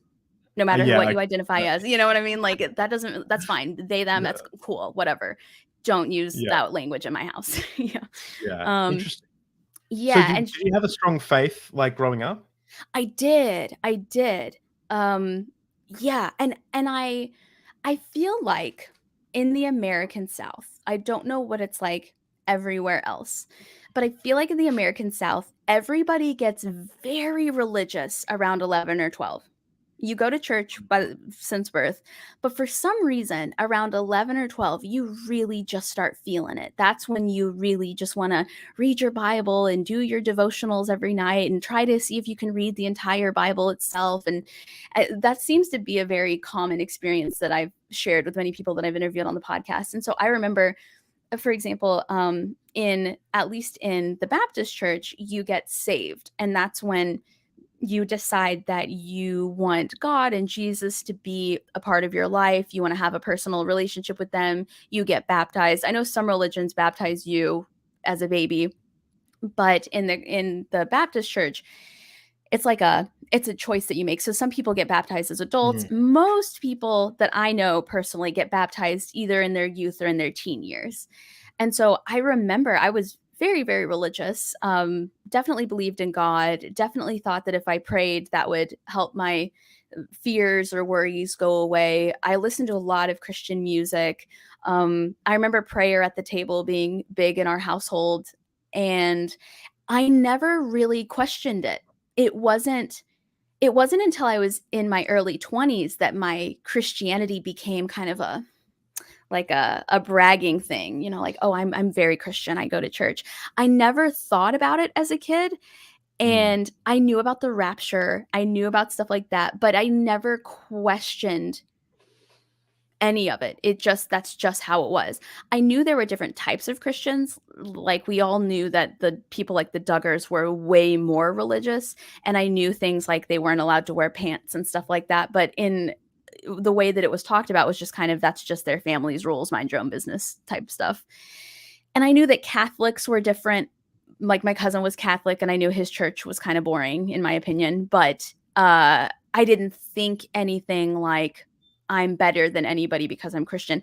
I don't even think it occurred to me that anybody else wasn't Christian. I don't think it occurred to me that kids that I went to school with, the only kid I remember not being a Christian was technically a Christian was, and I don't think they consider themselves Christians. I could be wrong, was a Jehovah's Witness. And he wasn't allowed to stand and do the prayer. And is that considered like? I think they considered, like they would consider themselves the Christians. Okay. Well, I felt like I know they consider themselves different than Baptist. I wasn't sure if that was still considered Christianity. I didn't want to call it something it wasn't. They use different terminology, but essentially they think they're the ones from the Bible that everyone should they're the 144,000, all that stuff, right? So like they would say that Christians aren't Christian, but what aren't. It's hard to explain, but yeah. Do they believe that Jesus is the Son of God? I actually don't know because they have some very weird like they have some very weird like terminology. This is me Googling. I need a Jamie. Jamie, check that. Believe Jesus is the Son of God. Because they'll say something like Yeah, I think they do. Yeah, they say he's his firstborn son. Yeah, that's like when I say Christian, I just mean anybody who believes that like Jesus is actually the Son of God. Yeah. Okay. But that's super. Yeah, yeah. I could. Yeah. Sorry. No, you're good. You're good. Yeah, because I know like Mormons, for example, even though they do have the Bible, they aren't considered Christians because they believe in like Joseph Smith's teachings as opposed to Jesus's teaching. So even though some of it's similar, because there's that like angle where they follow Joseph Smith as the prophet instead of Jesus, they don't consider themselves like Christians. But yeah, so I definitely grew up Christian. Everybody I knew was Christian. There was a large Mormon population where I grew up, but we all just kind of like agreed that, you know, we were going to be good people and go to church, and people went to different churches. And then there was Methodists and such. But it wasn't until I moved to Chicago and got to be in my 20s and I was still actively going to church and stuff like that, that I feel like that's when I became a cavalier Christian. That's when I became like, I am morally superior than other people. Even though I won't say it out loud, I do believe that I'm morally superior to people because I go to church and I pray and I don't smoke weed, and which I laugh about now. I laugh my ass off now. Because of the weed, or because of the... Because you laughed. Look at my haircut. Look at my haircut. He's like, I don't. Yeah. But yeah. Yeah. So how did you? So did you end up like deconstructing? Or are you still a hardcore Christian? Like, how did you go from? No. What do you believe now? And they're having a blast. Sorry. They just love deep drinks. So So did you go from? How do you go from being a Christian to, well, what are you now? Like, what would you classify yourself as? I'm an atheist. I've totally deconstructed. I think what happens with a lot of Christians is they start to question things, and they hold on for dear life. They start to ask questions. They start to wonder about things. They start to recognize that things don't make sense as you enter like 21, 22, 23. You have a lot of questions and stuff. And I was in debate. So a big detail, a big reason why I started deconstructing was I was actually in debate. I was a professional debater. I debated in college. That's how I paid my way through school. And then I did pro level in college and after college as well. And it was just weird to me that every weekend I could demand evidence, demand research, demand links. I had websites that I would tell people weren't good enough evidence and they needed to find more. For example, don't give me Wikipedia, give me like CNN, that sort of thing. And yet on Sundays, I didn't need any of that. And yet when it came to my eternal salvation, I didn't need any of that. I was just supposed to believe blindly. I was just supposed to have faith. The most important question. Right. Yeah. Right. Absolutely. And so that's when I started to wonder, like, why is it that I require evidence and like science and research, and I will defend that stuff to the death. And yet when it comes to the most important aspect, my eternal salvation, I don't need to see anything. I just need to believe and have faith.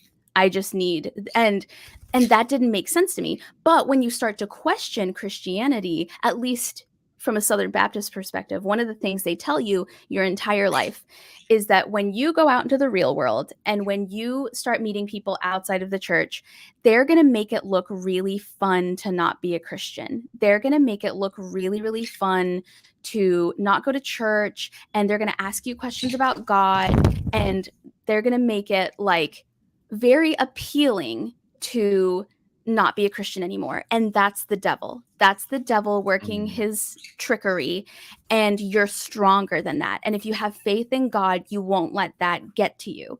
So when you first start questioning, and when you first start having these thoughts, and when people in your life start asking you like, well, if God is real, then why this and why that? You start thinking, oh no, this is what they've always warned me about. This is the moment. This is that moment in time that I've been training for my whole life. You know, they're going to question me, and I have to prove that I'm strong enough. And I feel like I'm weak right now because it's sounding really like the logic they're using is making sense. And this is the hard part they always warned me about. And so I think what a lot of Christians do is they hang on for dear life. They hang on and they're just like, they're on the boat, with their hands just hanging on. They don't want to fall in the water. And that's when they're tweeting Bible verses and they're sharing the biblical memes and they're going to church every day and they're not hanging out with people who aren't Christian. And it looks like they're very devout, but really what's going on is they're struggling harder than they've ever struggled before. And that's what was happening to me, was I was so desperate to not be seen as one of the failures that I would do literally anything to look more Christian than anybody else. I don't even think I believed half of what I was saying, but I knew that if I didn't say it, I might be visible as one of the weaklings. And I went from being like a casual Christian most of my life to being like a devout Christian, because I was so afraid that I would be spotted as one of the weak links and I would be like targeted by like Satan, that I had to look as devout as possible. I had to pray every night. I had to share the Bible verses on my Instagram. I had to, wear dresses with hair bows and make sure that I went to Sunday school and main service. And, so that's what I was doing for like 2 years. And then I started to really just kind of explore what it would mean if none of that stuff was true. I was like, okay, I'm a debater. My job is to research both sides of the argument to understand both the side that I agree with and the side that I don't agree with. What would that look like? I'm just going from there. What would that look like if I did think that? What would that look like if I said, okay, like God isn't real? And the more research that I did, the more it really started to make a lot of sense. The more it started to be like, this is going from I'm just doing enough research to win this debate to this might actually be what I think. And I was starting to realize that politically as well, because I thought, just because of the environment I'd grown up in, I thought I was a conservative Republican Christian girl, just because that's where you grow up. And politically, the more research I was doing, the more I was learning about what that really means in America to be like a Republican, what that means that you stand for, what that means that you vote for. I was recognizing that that wasn't at all what I thought. And then I was learning more about being a liberal, because, where I was from, being a liberal was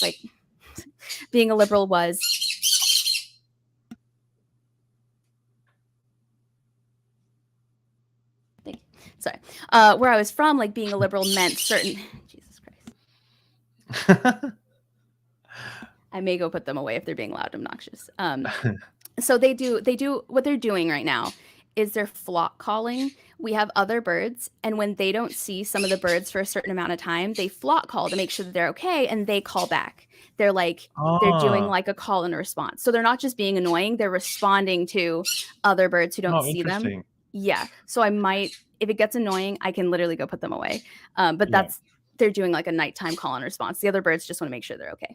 But anyway, so I started to learn, like, maybe God isn't real. Maybe I'm not a Republican. Maybe I am a Democrat. Maybe I am a liberal. Maybe being a liberal isn't as bad as I was told. And like in my house, it wasn't like, don't be a liberal, but in my entire vicinity, it was being a liberal is not a good thing. We make jokes about liberals. I remember making jokes about Democrats all the time when I was too young to even know what that meant. And then I did shrooms. Shrooms? I do. That was one of the things I wanted to talk to you about, because let me just pump the brakes real quickly, because I remember being that same situation as you, and I remember messaging a friend. We're trying to solve creationism and like work out like interpretations of the Bible and all this stuff, and we're just working so hard. And then I just remember one day just messaging them and saying like, what if there is no God?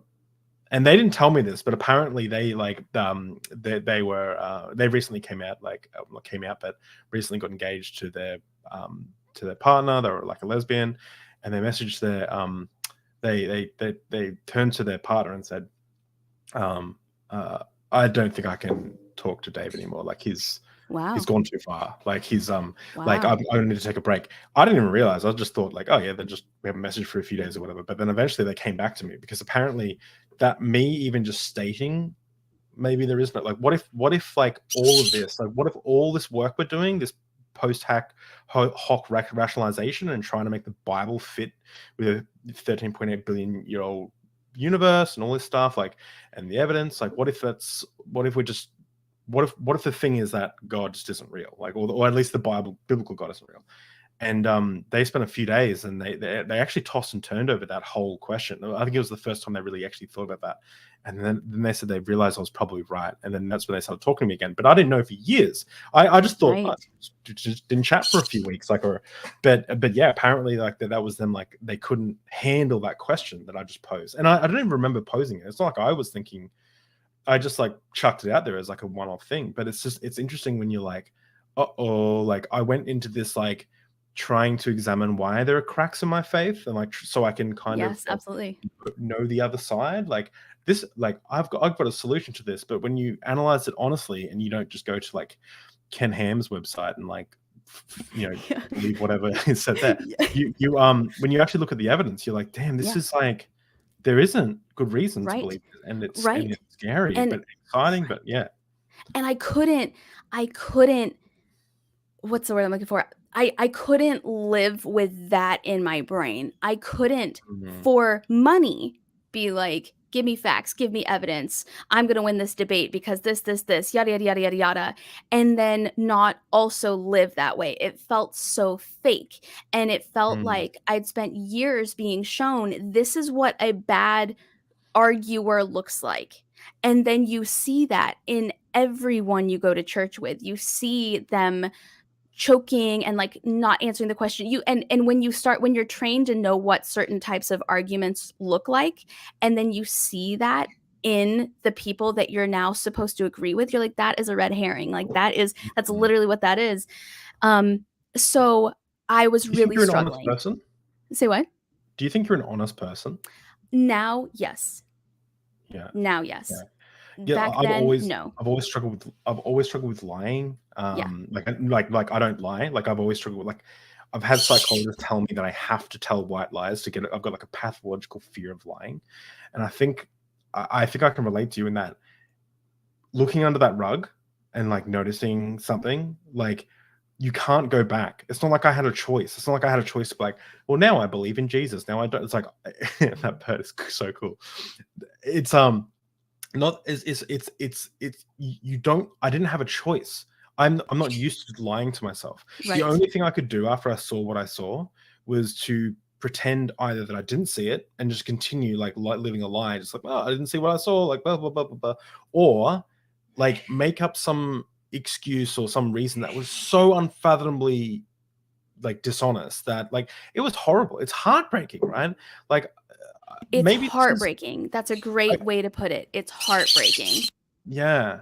Give me 1 minute. I'll be right back. I'm just gonna put them on. Yeah, okay. Right. 1 minute. I'll promote some stuff anyway. So tomorrow, everyone, we're doing the live hangout with me. Look how fun that is. Look how fun that is. That look like, tell me that doesn't look like a great fun. So anyone who is a supporter of the channel, financially, if you're a Patreon member or you're a member on YouTube, doesn't matter. Even if you sign up today, you can come and hang out. We're just going to be, I'll have a couple of drinks again in the morning. One day, I hope I don't turn into an alcoholic, but yeah, we'll have some drinks that you can chill out in the morning. We'll talk about belief, God, and all that stuff. And if you got stuff you want to shout out, you can come on and shout out. But it'll be a good time. I hope we don't have a maximum of 10 people that I can bring on.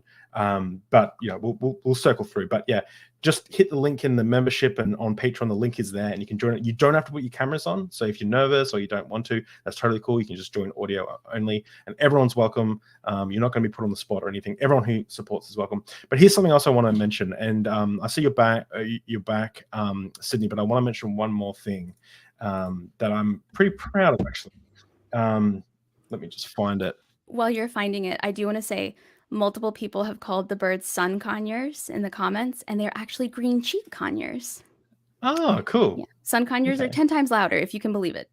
So. Oh, wow, damn. And the other thing is I'm doing is, so I work as a marketing officer, but I also work as I'm moving into full-time video editing, and I've been video editing for 15 years. I make I'm pretty good at video editing, and I'm okay at like After Effects and things like that. But I want to teach people how to video edit. I want to teach them how to make thumbnails, make content, the kind of content that I create, not just on Deep Drinks, but I've been doing some editing for MythVision. So I'm doing a live stream how to video edit.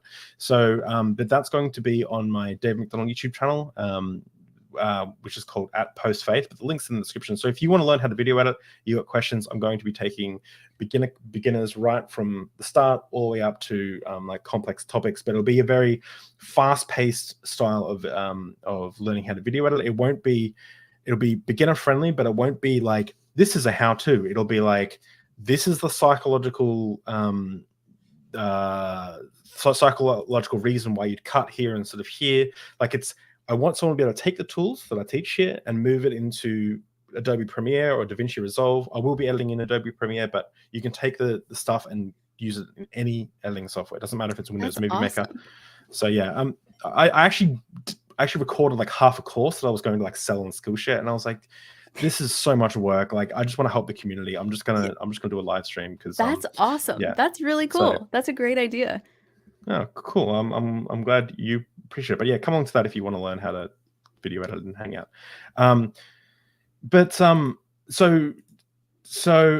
Sydney, yes. You have an amazing story about shrooms. Before we get into this, though, I want to preface this by saying I don't recommend people just do shrooms or acid or anything like that. There are obviously some. There's a lot of pros, a lot of cons. I've had friends who've taken it and they're still stuck in a loop. Like, not good things can happen especially if you take it irresponsibly. There is some really incredible research that's coming out around shrooms and around overcoming like mental issues and things like that. So it's and there's some good evidence that it's going into like trials for like actually helping people with like OCD and things like that. Yeah, just like Adderall. Trauma. Just like Xanax, just like anything else. Some people it's great. Some people it will leave a lasting negative impact. yeah, exactly. So, but for you, so I imagine you've deconstructed your faith at this stage. So at that point, no. Or do you mean this current stage? No, I mean when you first. Well, actually, so give us a bit of your history. Did you like? So did you? Were you new to mind-altering substances before you took shrooms? Like, okay, so had you smoked weed? Had you drank alcohol? Like, yeah. So I had started dating somebody who was an atheist, but he was one of those like their whole personality is atheism. Like, those early 2008, 2009 type atheists where like everything on their YouTube has to be like so-and-so destroys so-and-so. The angry atheist stage. Yes. Yeah. And I actually think that is more harmful to other people's deconstruction journey than helpful. And so I was still a Christian. I was still going to church. I was still fighting with this idea that like the debater in me said, this makes sense, pay attention to it. The Christian in me says, this is literally what we've been warning you about your whole life and you're failing. Good job. Like, good job there. You had one job and it was to have God's back and like you're abandoning him. And then the debater in me was like, yo, I don't see any facts or evidence. In fact, the deeper you dig, you find more evidence to support that this isn't real and that this has all been a thing. And so I had started dating somebody who was like one of those militant atheists. And I was actually retreating further back into Christianity because his whole thing was like, we're going to have like a philosophical debate every time. It was just very exhausting. And so I would rather it just like, it shut me down to the point where I was literally like, la, la, la, la, la, you can't get me, instead of like having actual like, it's, which I'm glad for, because now as somebody who's an atheist who promotes atheist like content and channels, I make sure that I don't at all come across that way, because I know how that actually paused my deconstruction journey for like 3 years because of that attitude. So I'm glad that I was exposed to it, because I know what not to do and I know how that can come across. I'm just quickly on the same. Like I have a spicy Twitter where I like get angry, and like when I'm like angry about like the world and like how religion is holding back women or whatever like that, like and like all this stuff, and I tweet angry stuff. And then I have deep drinks where I post only like nice, calm, collected. And that's the same with, you know, I do get into those, like I still love my angry atheist stuff sometimes. I love arguing with white supremacists about stuff. But deep drinks, I try and keep. I want Christians and Buddhists and everyone to be able to come on the channel and find a good conversation. Oh yeah. At home, all the spice. I'm like, I like go off, you know, or I'll make like jokes all the time. But so that he also like smoked weed and he dabbed, and so I started like smoking weed too. Dabbing as in like that, or like dabbing? No, as in like before pre TikTok dab or whatever. Although I do love a good dab that way too. It's nice. Yeah, it's so cringy. There was this young guy who used to come to work, and he's like, "Sup, dude?" And he's like, stop. He's like, I was like, am I being hip? And like, he's like, stop. Like, I'm just so cringy that you like. Is my eyeliner on fleek today? Would you say? No cap, fam. Yeah. Like, good. What's that? That like that GIF? Hello, fellow youths. Good morning. Yeah. So sorry, keep going. Yeah, no, you're good. And so, and this whole time I was still doing stand up. So I would have like an existential crisis in the morning, and then I would go do a stand-up show that evening. Like it was not a big deal, which is alarming. But then one day he was like, "Hey, do you want to try shrooms?" And I was like, "Sure, why not?" And he's like, you know, I got the whole spiel, like, we're going to microdose. You know, I don't want I want you to be in like a safe environment. I want you to feel like, is your headspace good? You never want to be an anxious, nervous ball of just anxiety before you do shrooms, because then you're just going to have a bad time. You're going to have a bad time. That's why I never do shrooms, because I'm always an anxious ball. Right. If you've got a lot going on right now that's not good, don't do shrooms. It'll just make it scary. It'll just make it psychedelic. You'll have the same problems. They'll just be in 3D. So, so it was a wild experience. I'm so grateful for it. That is literally the night that I changed as a person, as a human being. It's hard to describe, but I woke up the next day with a different brain, like a different personality, a different thought process. The best way I can describe it is it felt like there was a part of my brain that had been locked for 26 or 27 years and was unlocked that night and will just not close again. It's open. It's open forever. And I tell people all the time, I ate that potbelly brownie cookie with the shrooms in it as a Republican Christian, and I woke up the next day a Democrat atheist. And I like, it's so hard to describe, but I feel like a different person went to sleep that night and a different person woke up. I don't relate at all to the person I was up until that point.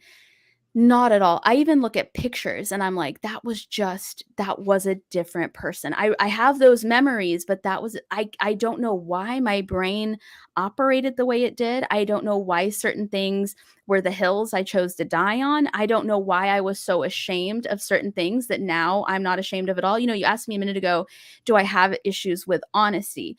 I feel like I am honest to a fault, but not a fault at the same time. Like, it doesn't bother me at all for people to give me like honest feedback. It doesn't bother me at all if people don't like my jokes, truly. And it's not like, if you don't like it, you can go. No, literally, that's okay. It wasn't, if it's not your thing, it's not your thing.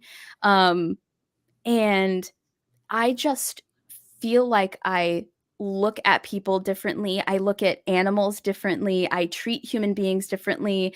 I interact with human beings differently. I feel like I have so much more sympathy and empathy for other people now. And so if I had started Growing Up Fundie when I was in my 20s, it would be a totally different podcast. It would probably be one of those like, you know, angry atheist type debate podcasts. But the minute that I decided I was no longer a religious person and I simply didn't believe that God existed, I became so much more curious about other people and their beliefs, and not Mm. in a way that I want to change their mind, more in a way that Yeah. it doesn't impact me at all why they think that or how they think that at all. You know, the only some might argue, well, it impacts you when they take it to Washington, right? And like, sure, that's, you know, when they start making laws based on that. But like my neighbor being Buddhist or whatever, to me is absolutely fascinating. And even if that person were to look at me and be like, by the way, in our faith, you know, atheists do this and that and the other, it's like, oh man, that sucks, but okay, glad it's not real. You know, like Yeah. in my opinion. Yeah, I'm so grateful for that experience. I freak out sometimes when I think about who I could possibly be if I had not had that experience. It's a Mm. little bit scary to me. Kind of like whenever you almost get hit by another car and you're just like, oh god, oh god. You weren't hit. You're fine. You're totally fine. Nothing happened. But you just think in your mind, like, I was so close to having a different outcome. That's a little bit what it feels like. Very much like the wind of old me, like whooshing by and seeing who I could have potentially been. But yeah, and I don't know. I've just been finding out who this new person is for years, and I'm having a great time with her. I don't know. I don't know what other Mm. people think, and that's fine. But who is it that says like what people think of me, what other people think of me is none of my business? That's how I feel. But Mm. yeah, and so I woke up that morning and I was like, God is not real. He's not real. Mm. You know, I try to describe it to people, when you're high on weed, when you're smoking weed and you think of a question and you're like, whoa, and you write down that question. The next day, it's like the dumbest question you've ever heard in your life. You're like, this is Yeah, stupid. yeah. When I I was used on, to post so many Tupac lyrics on like my Facebook, and it's like I'm like just the opposite of Tupac. Like, you know what I mean? Like Tupac was like a, right. revolutionary, like and I'm like, this is so profound, like to live and die in LA. I remember posting to live and die in LA on Facebook. And it's just like, I look back then now and I'm like, what was even that about? Like, I've never even been to LA. What does that mean? Yeah. And that's how I feel about a lot of my past stuff when I'm like, oh, John 3:16, really, girl? Okay. But yeah, and there was a mourning process. There was definitely a mourning process. I try to explain to people who are very religious all the time. I'm like, you know, you think that when people become atheists, they're like, yeah, rock and roll, we can do whatever the fuck we want because God's not real. Like, I'm going to party, I'm going to have all this That's not it at all. It's like, first you mourn the fact that everything you've been told is not true. Then you mourn the fact that there is no beautiful, heavenly, whatever waiting for you. None of it matters. And then you mourn everybody you know who's still in it and you don't know how to get them out. And that's painful. And that's the kind of thing where you're like, and then you mourn certain things. Like my whole life, I had been told, you know, your dad is so proud of you. He's watching you from heaven, this and that and the other. And one day you'll see him again. And knowing that that's not true is a, you know, big bummer, big bummer when everybody you ever loved who has since passed, you know, for a fact, you're never going to see them again. So it's like, yeah, I mean, I guess it's a good thing that hell is no longer real to me, but there are so many things that I was really looking forward to that I just can't believe in. And if I say that I do, I'm lying. And that's not, I just can't do that. I can't live my life lying like that.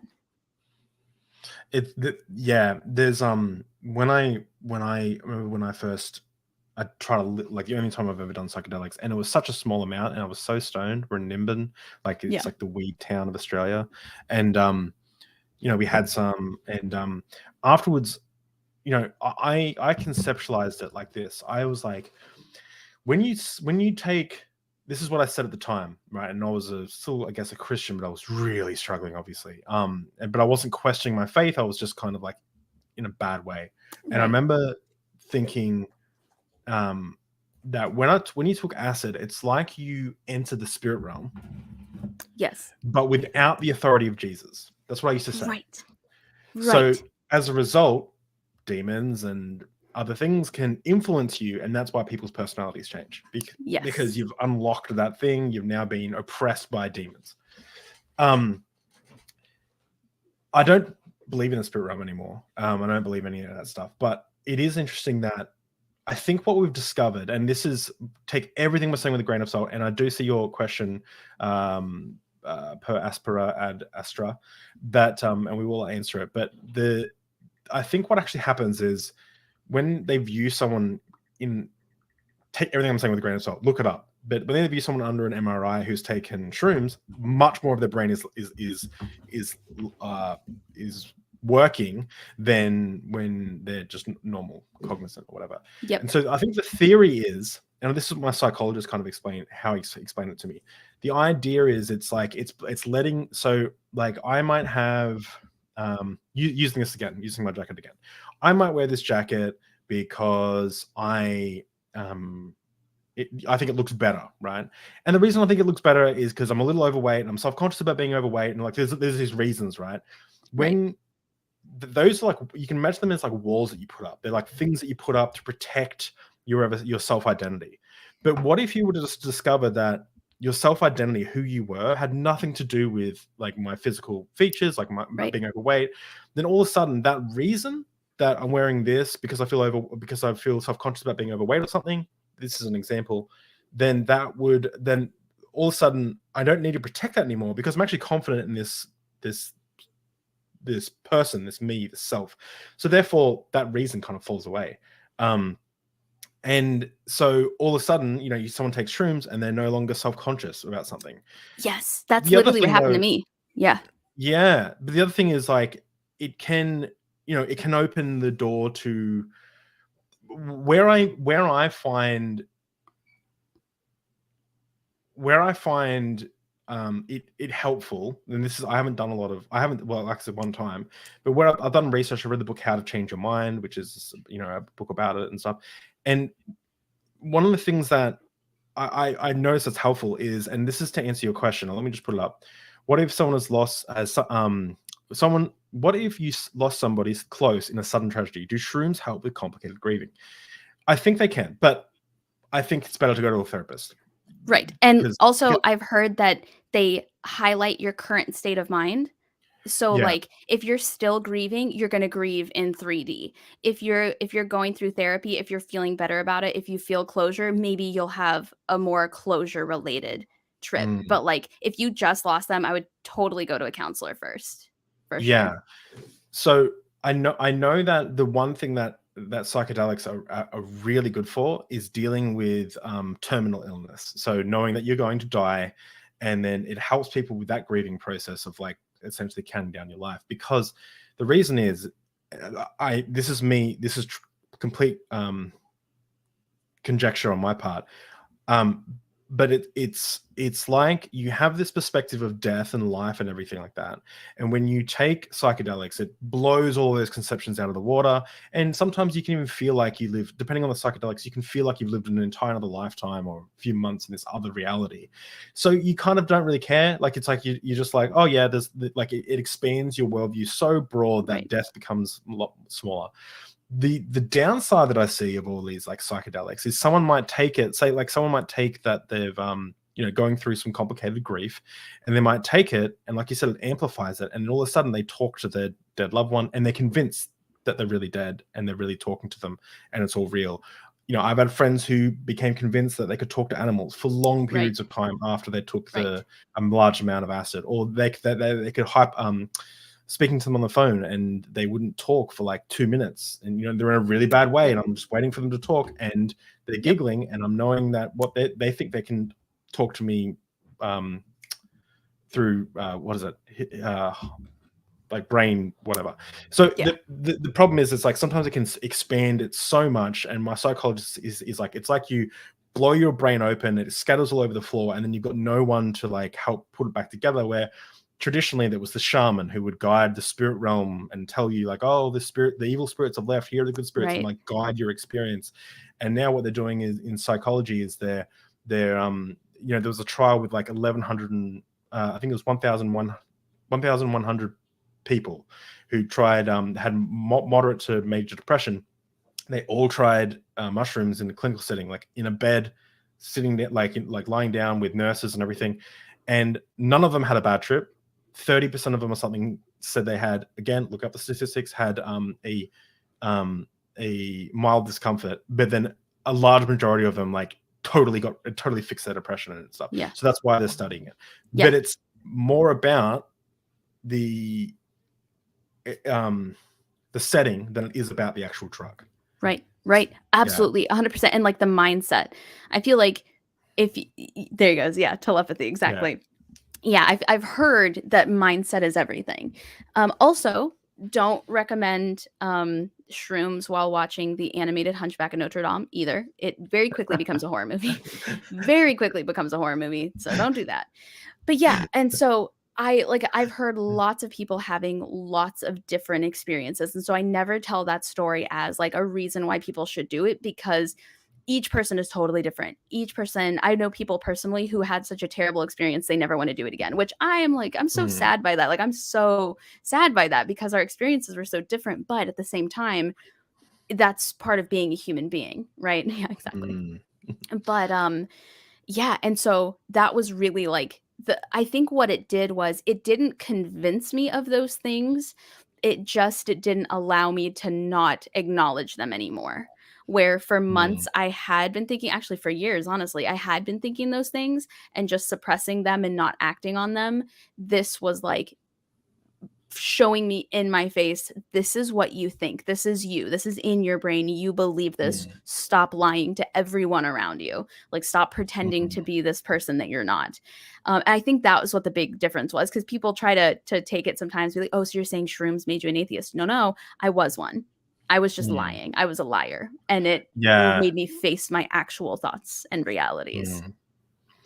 You mentioned that like you went to the movies and you went to the bathroom before the movies and you saw yourself in the mirror, and you said that you mentioned, and this is in your comedy specials, by the way, for people who want to go check it out, is you mentioned seeing yourself for the first time. Like, it was the first time you truly saw yourself. I have a question.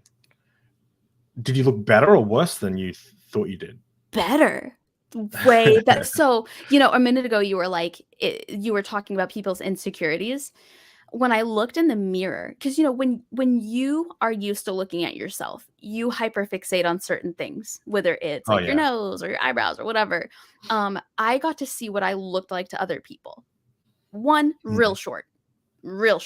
Didn't like, I knew that I was short, but like, I've always existed my height, so I don't feel short. Real short. Like, that was the first thing I noticed. How tall are you? I'm 5'3". I'm 5'3". Oh wow, you really are short. Yeah, I'm really short. Real short. Like, use you as like a armrest. That's good. And I was wearing like my friend's big giant hoodie too, so it just really like amplified like how small I look. So like it's down to your knees, like, and you just got like your little legs. And then like also, so I saw myself in the mirror, and for the first time ever, I separated the fact that what I know to be me, what I know to be myself, is just my brain operating and functioning. It's just my brain. And the body is just a thing that follows what the brain tells it to do. And I remember looking in the mirror and being like, oh my God, like, that body has just been working right alongside me all this time. Wow. And I think I looked in the mirror and even said, like, we're doing good. Like, we're doing great. We're a team, man. It was the very first time I've ever gotten to like consciously separate the fact that everything I know to be myself is just a brain. It's just the brain that's up here, and everything that's going on down here is just a body doing what it's supposed to do based on what I make it do. And I've never been able to replicate that feeling, but I remember that feeling. I remember that, which is why like I can't do the actual like feeling of separation anymore, but I remember what it felt like. And the cool thing about that is every time since then that I've had like a bad day, whether you're just feeling down about yourself or you're just feeling self-conscious, whatever, I remember what I looked like in the mirror.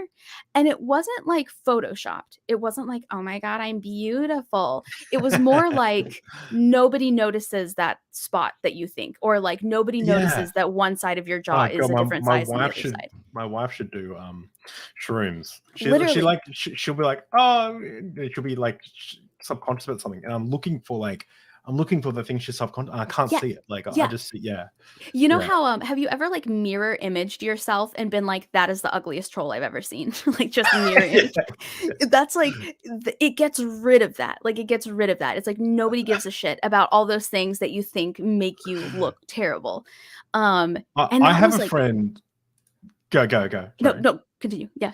I have a friend who is so self-conscious about their nose, and like I'm trying to look at like something on me. Like it's like if I was self-conscious about, I don't know, my skin or something, like, oh, my skin's so bad, like, or like just, and you're like, what? Like you're like trying to see like what they're seeing, but you can't see Yeah. it, but they're like so self-conscious about their nose, and you're like, just like they like I always make the joke to them. I was like, dude, like your personality is way worse than your nose. Like you need to go to a therapist and sort that shit out, because like that's what will like improve your life. And Yeah. like I always make the joke because like they're a stunning person. They're incredibly stunning. And it's like, but they're self-conscious about this thing that like if you were to like, if I was to like, if they're like something on this face is amiss and you have to point it out, I don't even think I'd pick the nose. Like there's No. probably like I couldn't. So it's just amazing how like you could, your own psychology can affect. Yes. You know, like no one else sees it, but you do. Yes, it's just exactly. amazing. Like I was reading about how Ariana Grande apparently like won't let you film on one side of her face, like only the other. And I'm like, she is literally one of the most beautiful human beings on the planet. Like I literally don't see it. Yeah, I like Googled to see what that side of her face looked like, because I was like, maybe I haven't seen it. Maybe she is horrible on that side and she just doesn't let it. It's fine. Like it literally looks the same as the other side of her face. But I know also that to her there's a huge difference. There's just a huge difference. Like if I part my hair on the other side, I'm a troll. I'm a terrible troll. It's just horrible. Like it just doesn't. Nobody else would know. Nobody else would know. But I know, and that's what matters. You know, that's it. Yeah. It's the do you ever like so like throughout my like I've used to be quite, you know, a lot thinner when I used to ride my push bike everywhere when I was a teenager, and then I slowly like gained weight, and I always look back at photos of myself and think like you were fucking ripped, dude, like but then back then I was so self-conscious about being overweight. And it gets worse every year. Like the more weight I gain, I look back, I'm like 2 years ago I was so thin, but I thought I was the fattest thing in the world. Like so it's like you just like seeing yourself. I kind of, part of me thinks like, man, I'd love to have that experience where you kind of like, you remove all those biases that you kind of have. Yeah. It's just, it's wild. It's wild. I had kind of the opposite experience. I was fat until I was like in my 20s. Mhm. So I had the issue where I always just assumed I was still fat. Like even when the numbers on the scale said something different, even when my clothing sizes were small, I would look at myself and be like, no, you're still chubby. You're still chubby. You're still chubby. Even if like your whole body's not chubby, your face is chubby. Like I had a guy once tell me, I used to work behind a front desk, and he said, he leans over the desk and he goes, oh, you're not fat. And I was like, what? And he goes, you've got like a fat face. Yeah. He goes, you've got a face. I just assumed you'd be fat. And I was like, what? And he goes, no, it's a compliment. I'm saying you're not fat. I was like, but I have a fat face. He said, no, your face says that you would be fat, but you're not fat. Like he just kept going. I was like, okay. But I always felt like I had like a gigantic like marshmallow face. And so I've lost like 60 pounds since high school. Perforated. That's funny. But that was like the thing at the time. I remember always being the problem was I always felt like I was a lot big. And then in the mirror, I was like, oh, like I'm a normal looking human being. Like this is just, I'm proportional. Like I'm a proportional human. Yeah. Yeah. Talk just quickly talking about like, you know, and we should probably wrap up soon, but talking about how you still remember the feeling of what it looked like looking at yourself. There's a few moments in my life where, you know, smoking weed, I had these like, you know, memories of it, and I still remember first seeing the episode of Family Guy Steroids, where Stewie takes steroids. I still remember that, being stoned and watching that for the first time, and just it was the perfect amount of stoned, and watching on my laptop at a friend's house, like, and just looking at these images, like I can't look at them for too long without laughing. And it's not because it's funny, it is funny, but it's remembering how funny it was. The moment. I couldn't believe. It's just incredible. Yes, absolutely. Like you'll never be able to recreate that when you watch it, but you'll always remember that time that it was like that. Yeah. 100%. And Myth Vision, I just saw was in the chat before. It's great to see Myth Vision here. Actually, when I do the post faith, how the video edit, I'll be editing videos of Kip Davis for Myth Vision. So I've been doing it for him, help him out and stuff. And that's cool. And it is Derek is we talk all the time. Like, he's just an absolute legend of a person. So I have some. We didn't even touch a lot of the subjects I wanted to talk about, but I do have some questions to kind of round out this interview, and we can have you on again because this is really fun. No parrots next time, I promise. So you're no longer a believer. Right. Your comedy has probably informed that a lot. Would you say, like, has like helped you process that a little bit, or what would you say about that? I really don't talk about it much in my comedy at all. I think people go to comedy shows to not be reminded of the struggles in their life. And so the last thing I want to do is like trigger somebody who's going through it. You know, my comedy is mostly about real life that I've been through, like family stuff, being from Arkansas, being from the South, past relationships. I try to keep it just like roasting myself, talking about my life. I don't like to bring anything in that people may be trying to escape, and that's why they came to a comedy show. But it's definitely influenced my writing, for sure. Like, it's influenced the way that I write, I think.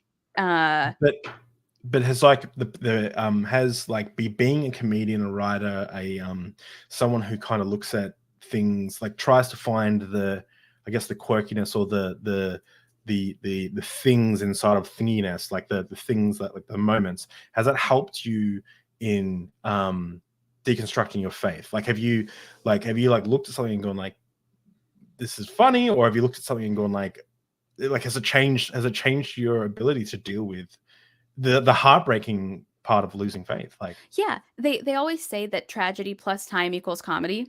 So I think deconstructing and looking back on how much of my religious indoctrination was totally, completely screwed up is hilarious to me as a person. I think it's so funny.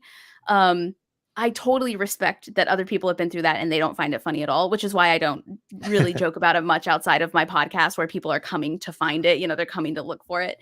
But yeah, I think so. I think also when you do comedy and you open yourself up to so much criticism in person, online, on the internet, in reviews, like just so much criticism all the time, it's so much easier to take criticism about not believing in your faith when you're like, oh, thank God it's not a personal attack this time. Like, it's not just calling me a fat ass. Like, they're actually just saying that I'm an atheist. Woo, okay, great. And so I think being in the field that I am in prepared me for what I was going to face, being openly non-religious and being a content creator in a non-religious space, for sure. Helped a lot. If this were the very first thing I'd ever done, I'd probably be going through it. You know, I'd probably be having a much different experience. But so far, it's been the nicest time I've ever experienced on the internet so far in my entire life. And your show, Growing Up Fundie, like, people need to subscribe and check it out. It's really good stuff. Especially my episode. Oh, we are just so good. So good.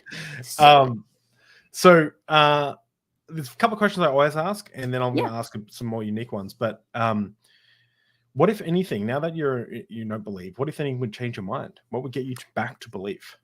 Evidence, facts. Okay. Like, I don't know. Yeah, like, people are always surprised. Answer. Yeah. So religious people are always like, well, what if you found out this wasn't true? What if you found evidence to support that God was actually real? I'd be like, okay, then I believe in God. All I'm asking for is evidence. It's just nobody's giving it to me. Isn't that like it shows where their motivations are? Like, it shows that they're not. Well, I feel like it does. It's that they're not approaching their belief system like from facts and logic, like from evidence. They're kind of like, I choose this. Like, it's a sport team, and I go for my sport team no matter what. And they're actually telling on themselves that evidence would not change their mind.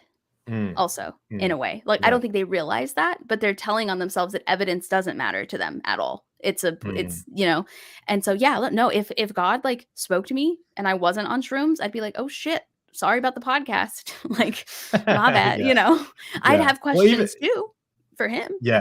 But exactly.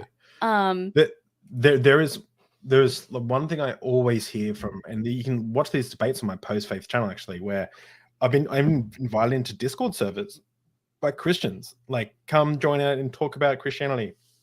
So I joined one once, and I was like, And I was like, yo, I messaged the mods. I was like, yo, I'm an atheist. I'm going to jump in a room. If anyone wants to come and chat to me and ask about atheism, that's totally cool. I recorded the conversation. And the person who jumped on was like, yo, I've, God speaks to me. He answers my questions. And I was like, cool. And I was like, so can you ask God a question for me? And they're like, yeah. I'm like, just tell us what we need to know, what gene we need to look at to solve cancer. You could literally write out the chemical formula and we could give it to scientists and solve cancer. Yep. And they're like, well, it doesn't work like that. I'm like, why doesn't it work like that? Why? You say God talks to you. Does God not want to heal cancer? Like it's like it becomes this very, well, he talks to me in numbers. He shows me, I think she was like, I always see the number 57 and that means that he cares for me. And it's like, what? Like it's not very specific. Like, can God not talk to you more specifically? And so that's my favorite thing to ask. Like, well, okay, well, if you believe God talks to you, ask him something that we don't know. Like, don't tell him to like point you to a scripture that says like all scripture is God breathed, so there's your answer, or move to I didn't know, and God told me to look up Psalms 44, and it was exactly what I needed to hear. It's like, I'm talking about like new information. Right. Like, how do we solve this problem with humanity? How do we not like who to vote for, in the primary election or something like. Right. In the like Bible, he lit a bush on fire and his voice came out and gave clear instruction. Can his voice give me clear instruction? What changed? Why did it work in the Bible for ancient people, but he doesn't talk to anybody now? He gives like symbolism, shapes and things that are supposed to matter.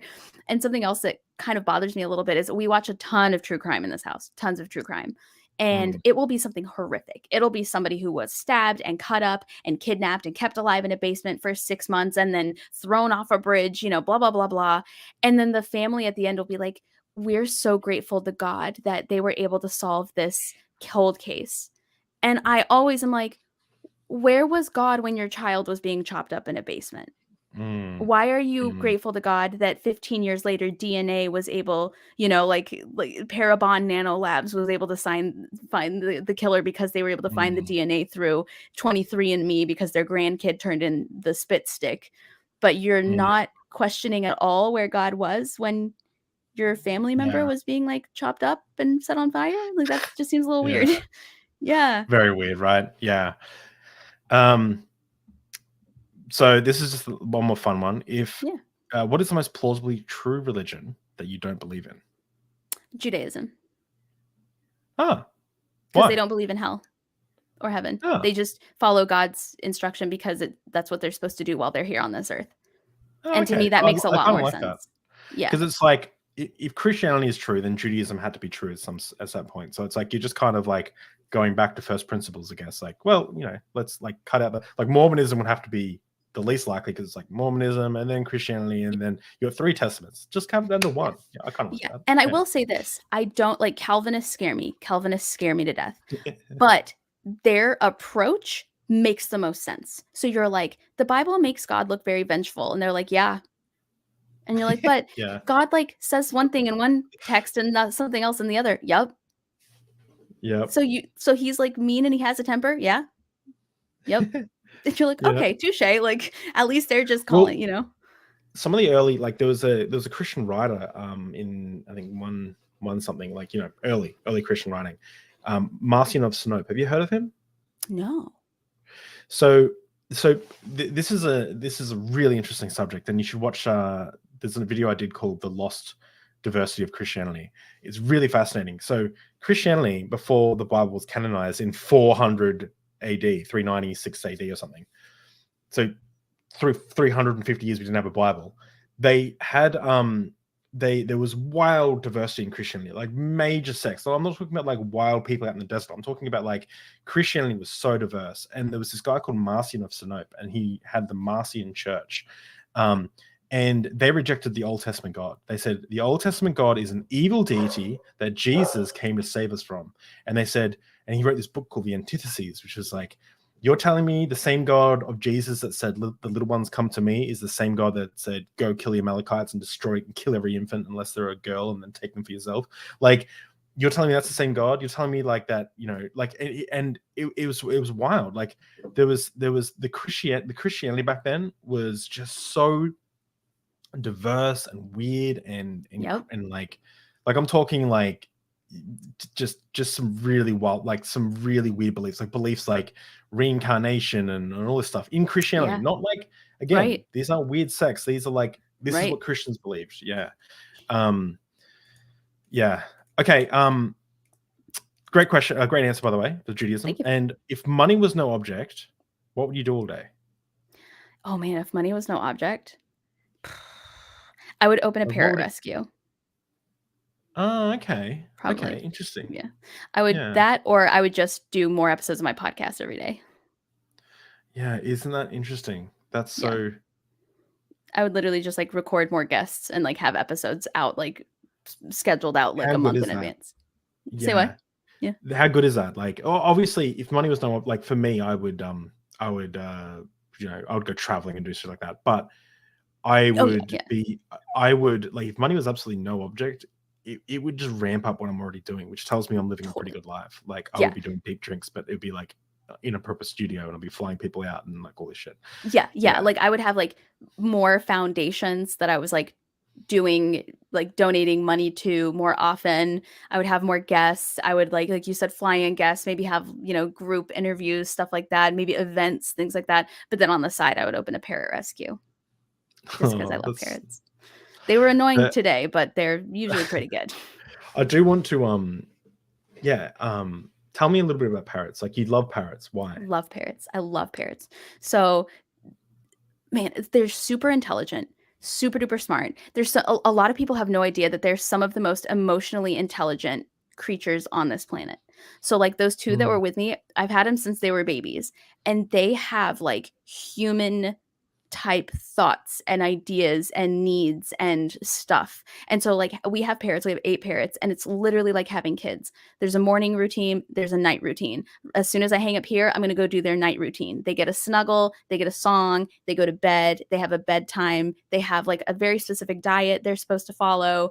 And they're so compassionate. So we have a lot of rescue birds. Those two tonight were not rescue birds, but they come to you with like the same kind of emotional issues as if one day you woke up and you never saw your wife again. Like devastation, terror, like anxiety. They're so intelligent, they're so smart, because people think like, oh, they can talk, I want to talk to him, but they bond with you like a spouse or like a child. They have like very complex personalities and needs and things, and it's just amazing spending time with them. It's amazing. Sometimes they're annoying, but they're just like little kids. Like sometimes they're so annoying and you're like, why did this seem like a good idea? They're never, when it's just us, they don't act like this. But they're like, what? So we have one that's like, he came to us an emotional wreck because he had like mate bonded with his last owner before we rescued him. And watching him emotionally adapt. For example, today he turned his back on us for the first time ever. And that means like he trusts us. He knows if he turns around, we're not going to hurt him. He's never done that before. Oh, wow. So now he like looks out the window and he like tweets at things out the window and he calls out to birds out the window, because for the first time since we've had him, he can turn his back towards us and look out the window and feel safe and feel at home. And he just little things like that where you're just like, wow, this is just an amazing experience. And people have no idea that birds and parrots can be like that. They just have no clue what an intellectual experience it can be. I didn't know about that. So I do I often think, like, is it cruel to keep birds in cages? Like, so they don't stay in cages. We have an aviary. Yeah. Oh, okay, cool. Yeah. So but like taking, like, well, not taking them out of the wild, but like with birds, are they distressed being in an aviary? Like, or do they want to like travel? Like, do parrots want to travel like huge amounts of distances and things like that? Like, like, is there ethics there? Like, what do you so the type of parrot matters, and the age of the parrot matters, and where it came from matters. So Eddie, the one who has like all the issues, he never leaves the aviary if you don't have him step up on you and like take him out. He just stays in there. That's his little safe spot. So we have like a big aviary. It's got like toys. They need enrichment. That's another thing, is like parrots can get bored and then they just destroy stuff, just like a little kid. They're smart. They need puzzles. They need toys. They need enrichment. So we have an aviary that's closed off from the rest of the house, but it's a big space. So they all come out of their cages every day. They spend all day, every day out of the cages. And they love to be in there together. And if you notice, I brought the 2 in here to hang out with me. And after a while, the other ones were like, hey, how are you? Where'd you go? Yada, yada, yada. And they started calling back like, I'm okay. We're good. We're in here. But when the other ones, the adopted ones, get nervous, they start calling a lot because they're like, where's our buddy? We've been taken from a family before. Where's our buddy? Where'd he go? So I actually adopt birds and like try to raise money for these rescues and stuff to get people to not get birds because they live so long. So like the conures I had earlier in here, we have 4 of them. They live about 30 years. So I'm going to be retired by the time those birds pass away. But some of them live 80, 90 years, 100 years. And so people don't understand that, like, even if you get a bird and you take the best care of it and it has the best life ever, when you die, somebody else gets that bird and they may not take care of it for the last 40 years of its life. Like they may not feed it the right diet and have a big cage for it. And they don't understand the routine that you have, right? Like I have a little routine with my birds. If I were to drop dead, like who would do the routine, right? Vince would do the routine, but like if something happened to us, you know? And so like, even if you're the best bird owner ever, the average parrot has 3 owners in its lifetime because it's going to outlive you, then it's going to outlive who takes it from you, and then it's probably going to outlive that third person if it doesn't end up in a rescue for the rest of its life. And so I love birds. And so people are like, oh, I bet you think everybody should get birds. And I'm like, actually, no, don't get them. And people think, oh, adopt, don't shop. And it's like, well, adopt because I can go to a rescue right now and get a parrot that's 60 years old. And I'll still have it for 20 years. I'll still be with this bird. Yeah. And they like, you can tell by looking at it, they like pull out their hair. So a lot of times like you'll see a bird at a rescue that's just bald. It looks like a lion. It's got like fur or like hair or feathers or whatever, depending on what kind of bird it is. And then it's just bald because it got stressed out and it just pulled out all of its feathers. Oh, yeah. So like working with parrots can be one of the most devastating things you ever do in your life or one of the most rewarding things you can do in your life. Like love birds. Love birds. I will keep adopting birds forever. Chickens are like, I think chickens are so we grew up with chickens and stuff, and you know, they're really smart. Like they can remember up to like 300 faces, like and stuff like that. Like it's crazy. Do you know, fun fact, they worked out one of the ways they started finding dinosaur fossils with feathers, and they were like, oh damn, like like birds are essentially dinosaurs that have just evolved to be smaller and stuff. Yeah, like there's avian dinosaurs, so but one of the ways they proved that is they went back through the DNA and they found like the DNA for teeth, and they made a chicken that grew with teeth, so that they turned back the DNA on that would make a chicken grow teeth. So it's like wild. Yeah, I know, crazy, right? I missed this just quickly. I missed a super chat. I killed L. Thank you so much for the super chat. I totally didn't see it. Out of consideration for your liver, I highly recommend Lagunitas hot. Lagunitas, yeah. Lagunitas are cool, sparkling and refreshing, much like your guest. Cheers. I had no idea that Lagunitas made a sparkling water, like a sparkling. I'm guessing it's like alcoholic. Hop water. Interesting. Now, I killed Earl. Correct me if I'm wrong. Isn't Lagunitas from Chicago? Isn't that where it's made? I'm pretty sure. I think it is. I think Lagunitas sounds like a fancy American thing. I think so. I could be wrong because I know everybody in Chicago drinks it, but I don't remember if it's just because they're hipsters or if it's because it's from Chicago. I'm not sure. But just to round out with what you we'll wait for see. Well, they said I had 6 sea chickens. 2 of them loved to be held and was super affectionate. Yeah. Yeah. One of the saddest moments I've ever had was I went to a pet store to cuddle the little conure there. We have a pet store we go to. I like to cuddle little conures. And I was cuddling this little bird, and these PETA people were like, what are you doing? And I was like, well, I'm cuddling the bird. I'm cuddling the parrot. We had no idea you could cuddle parrots. People had no idea. Aaron Raw has a story about a bird he got, a conure, just like mine, who the people had it, I think he said, for 11 years. They had no idea you could let a bird out of its cage. For 11 years, that bird was just in the cage, just sitting there on one little stick, just existing. Like, that's nightmare fuel. That's like torture. Yeah, that's torture. Horrible. Yeah. One of the things, yes, Chicago. Yep. Cool. Yeah. One of the things that just going back to this question. So you mentioned about how they have empathy and sadness and like they feel things. One of the things that actually helped me, when one of my friends' uncles died, and I was talking to him about it, one of the things that helped him and helps me when I'm grieving someone who's died is I found out this really interesting fact about animals, but specifically about elephants, and that is like when elephants die, I'm actually going to get a tattoo of an elephant. For this very reason, when an elephant dies, the whole like clan or mob or whatever you call them, the group of elephants, I forgot what it's actually called, will mourn the death of that deceased individual. So much so that if you take the body away and they travel 500 miles in one direction and come back, they will come back, they'll stop at that spot, they know where their previous person has died, and they'll mourn, they'll wait there for a while, they'll have like a moment of silence, and then they'll continue on. And it's like, damn, it was like realizing that like not even the animal kingdom escapes that pain of losing a loved one, and it made me feel so much more connected. Like, there's that scripture in the Bible that's like, your brothers all around the world, your brothers and sisters around the world are persecuted just like you. And I was like, oh, I'm in this together. That's how I feel now with like the evolutionary biology. It's like, damn, like there are thinking, feeling creatures. Like, I can tell when my beagle's depressed, when he hasn't been for a walk in a couple of days, he's like just a bit like down in the dumps, and you take him out for a walk, and then you bring him back and he's like over there sitting on a pillow, and he's looking at you like he just can't stop looking at you because he's just so like you feel him with such good emotions because you've done something that he likes to do, which is go for a walk, and you've spent that time with him.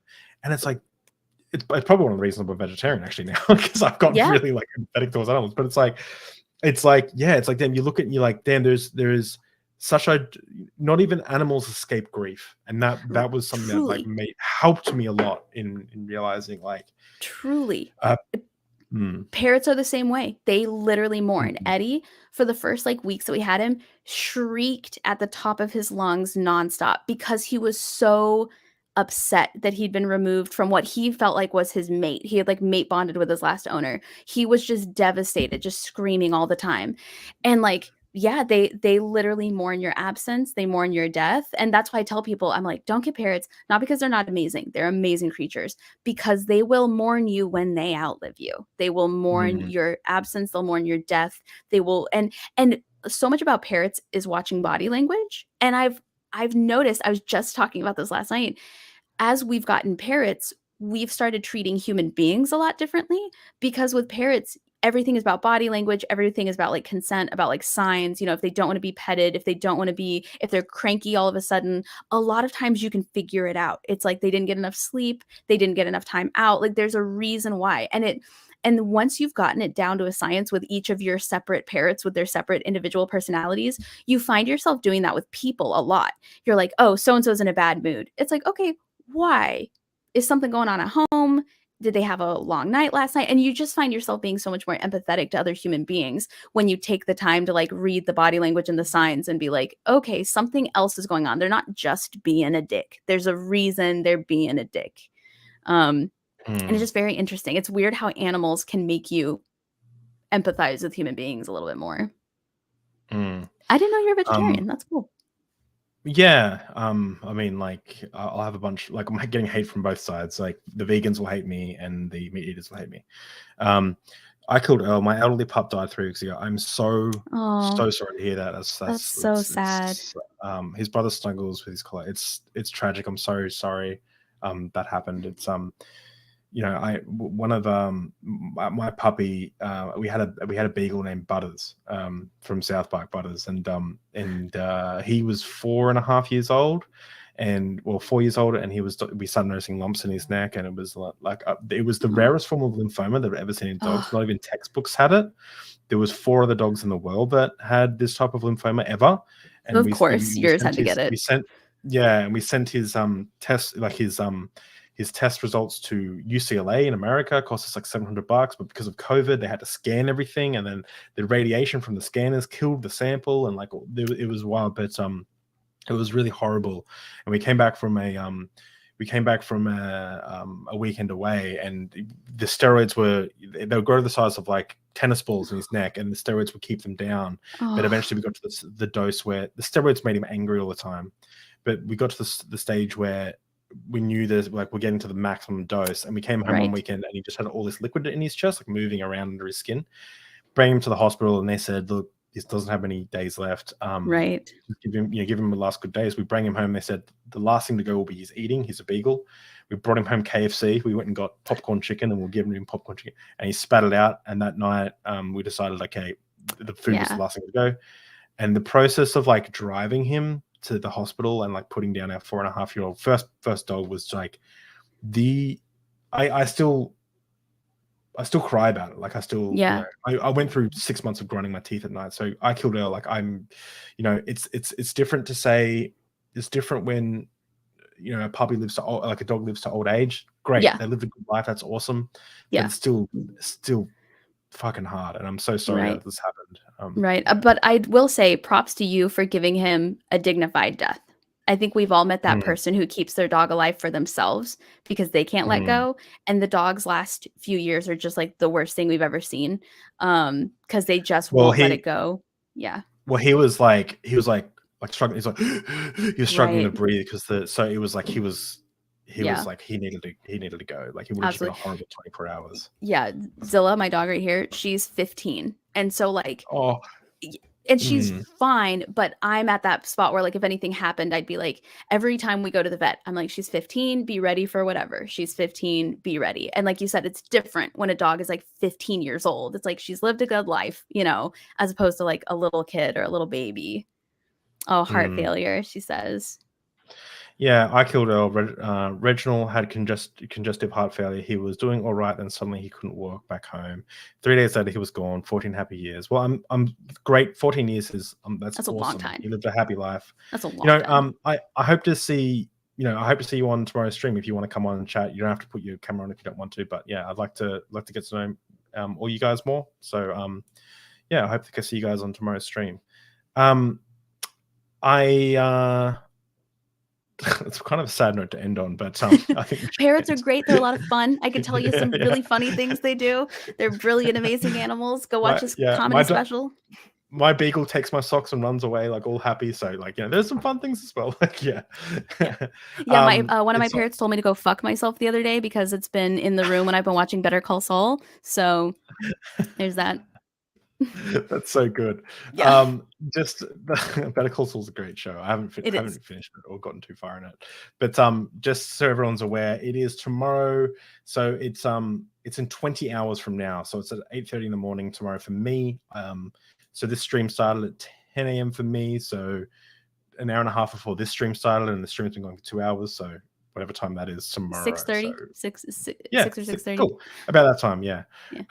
If you click on the YouTube channel from wherever you live, it'll tell you in your time what time it starts. It should. Anyway. Yeah, if you click on the link I just shared in the chat, everyone who's a member or a Patreon supporter, you're welcome to join. I know a lot of people were gifted memberships, but you totally, of course, still welcome to join. Everyone who's a member, there's a link, you'll be able to see it.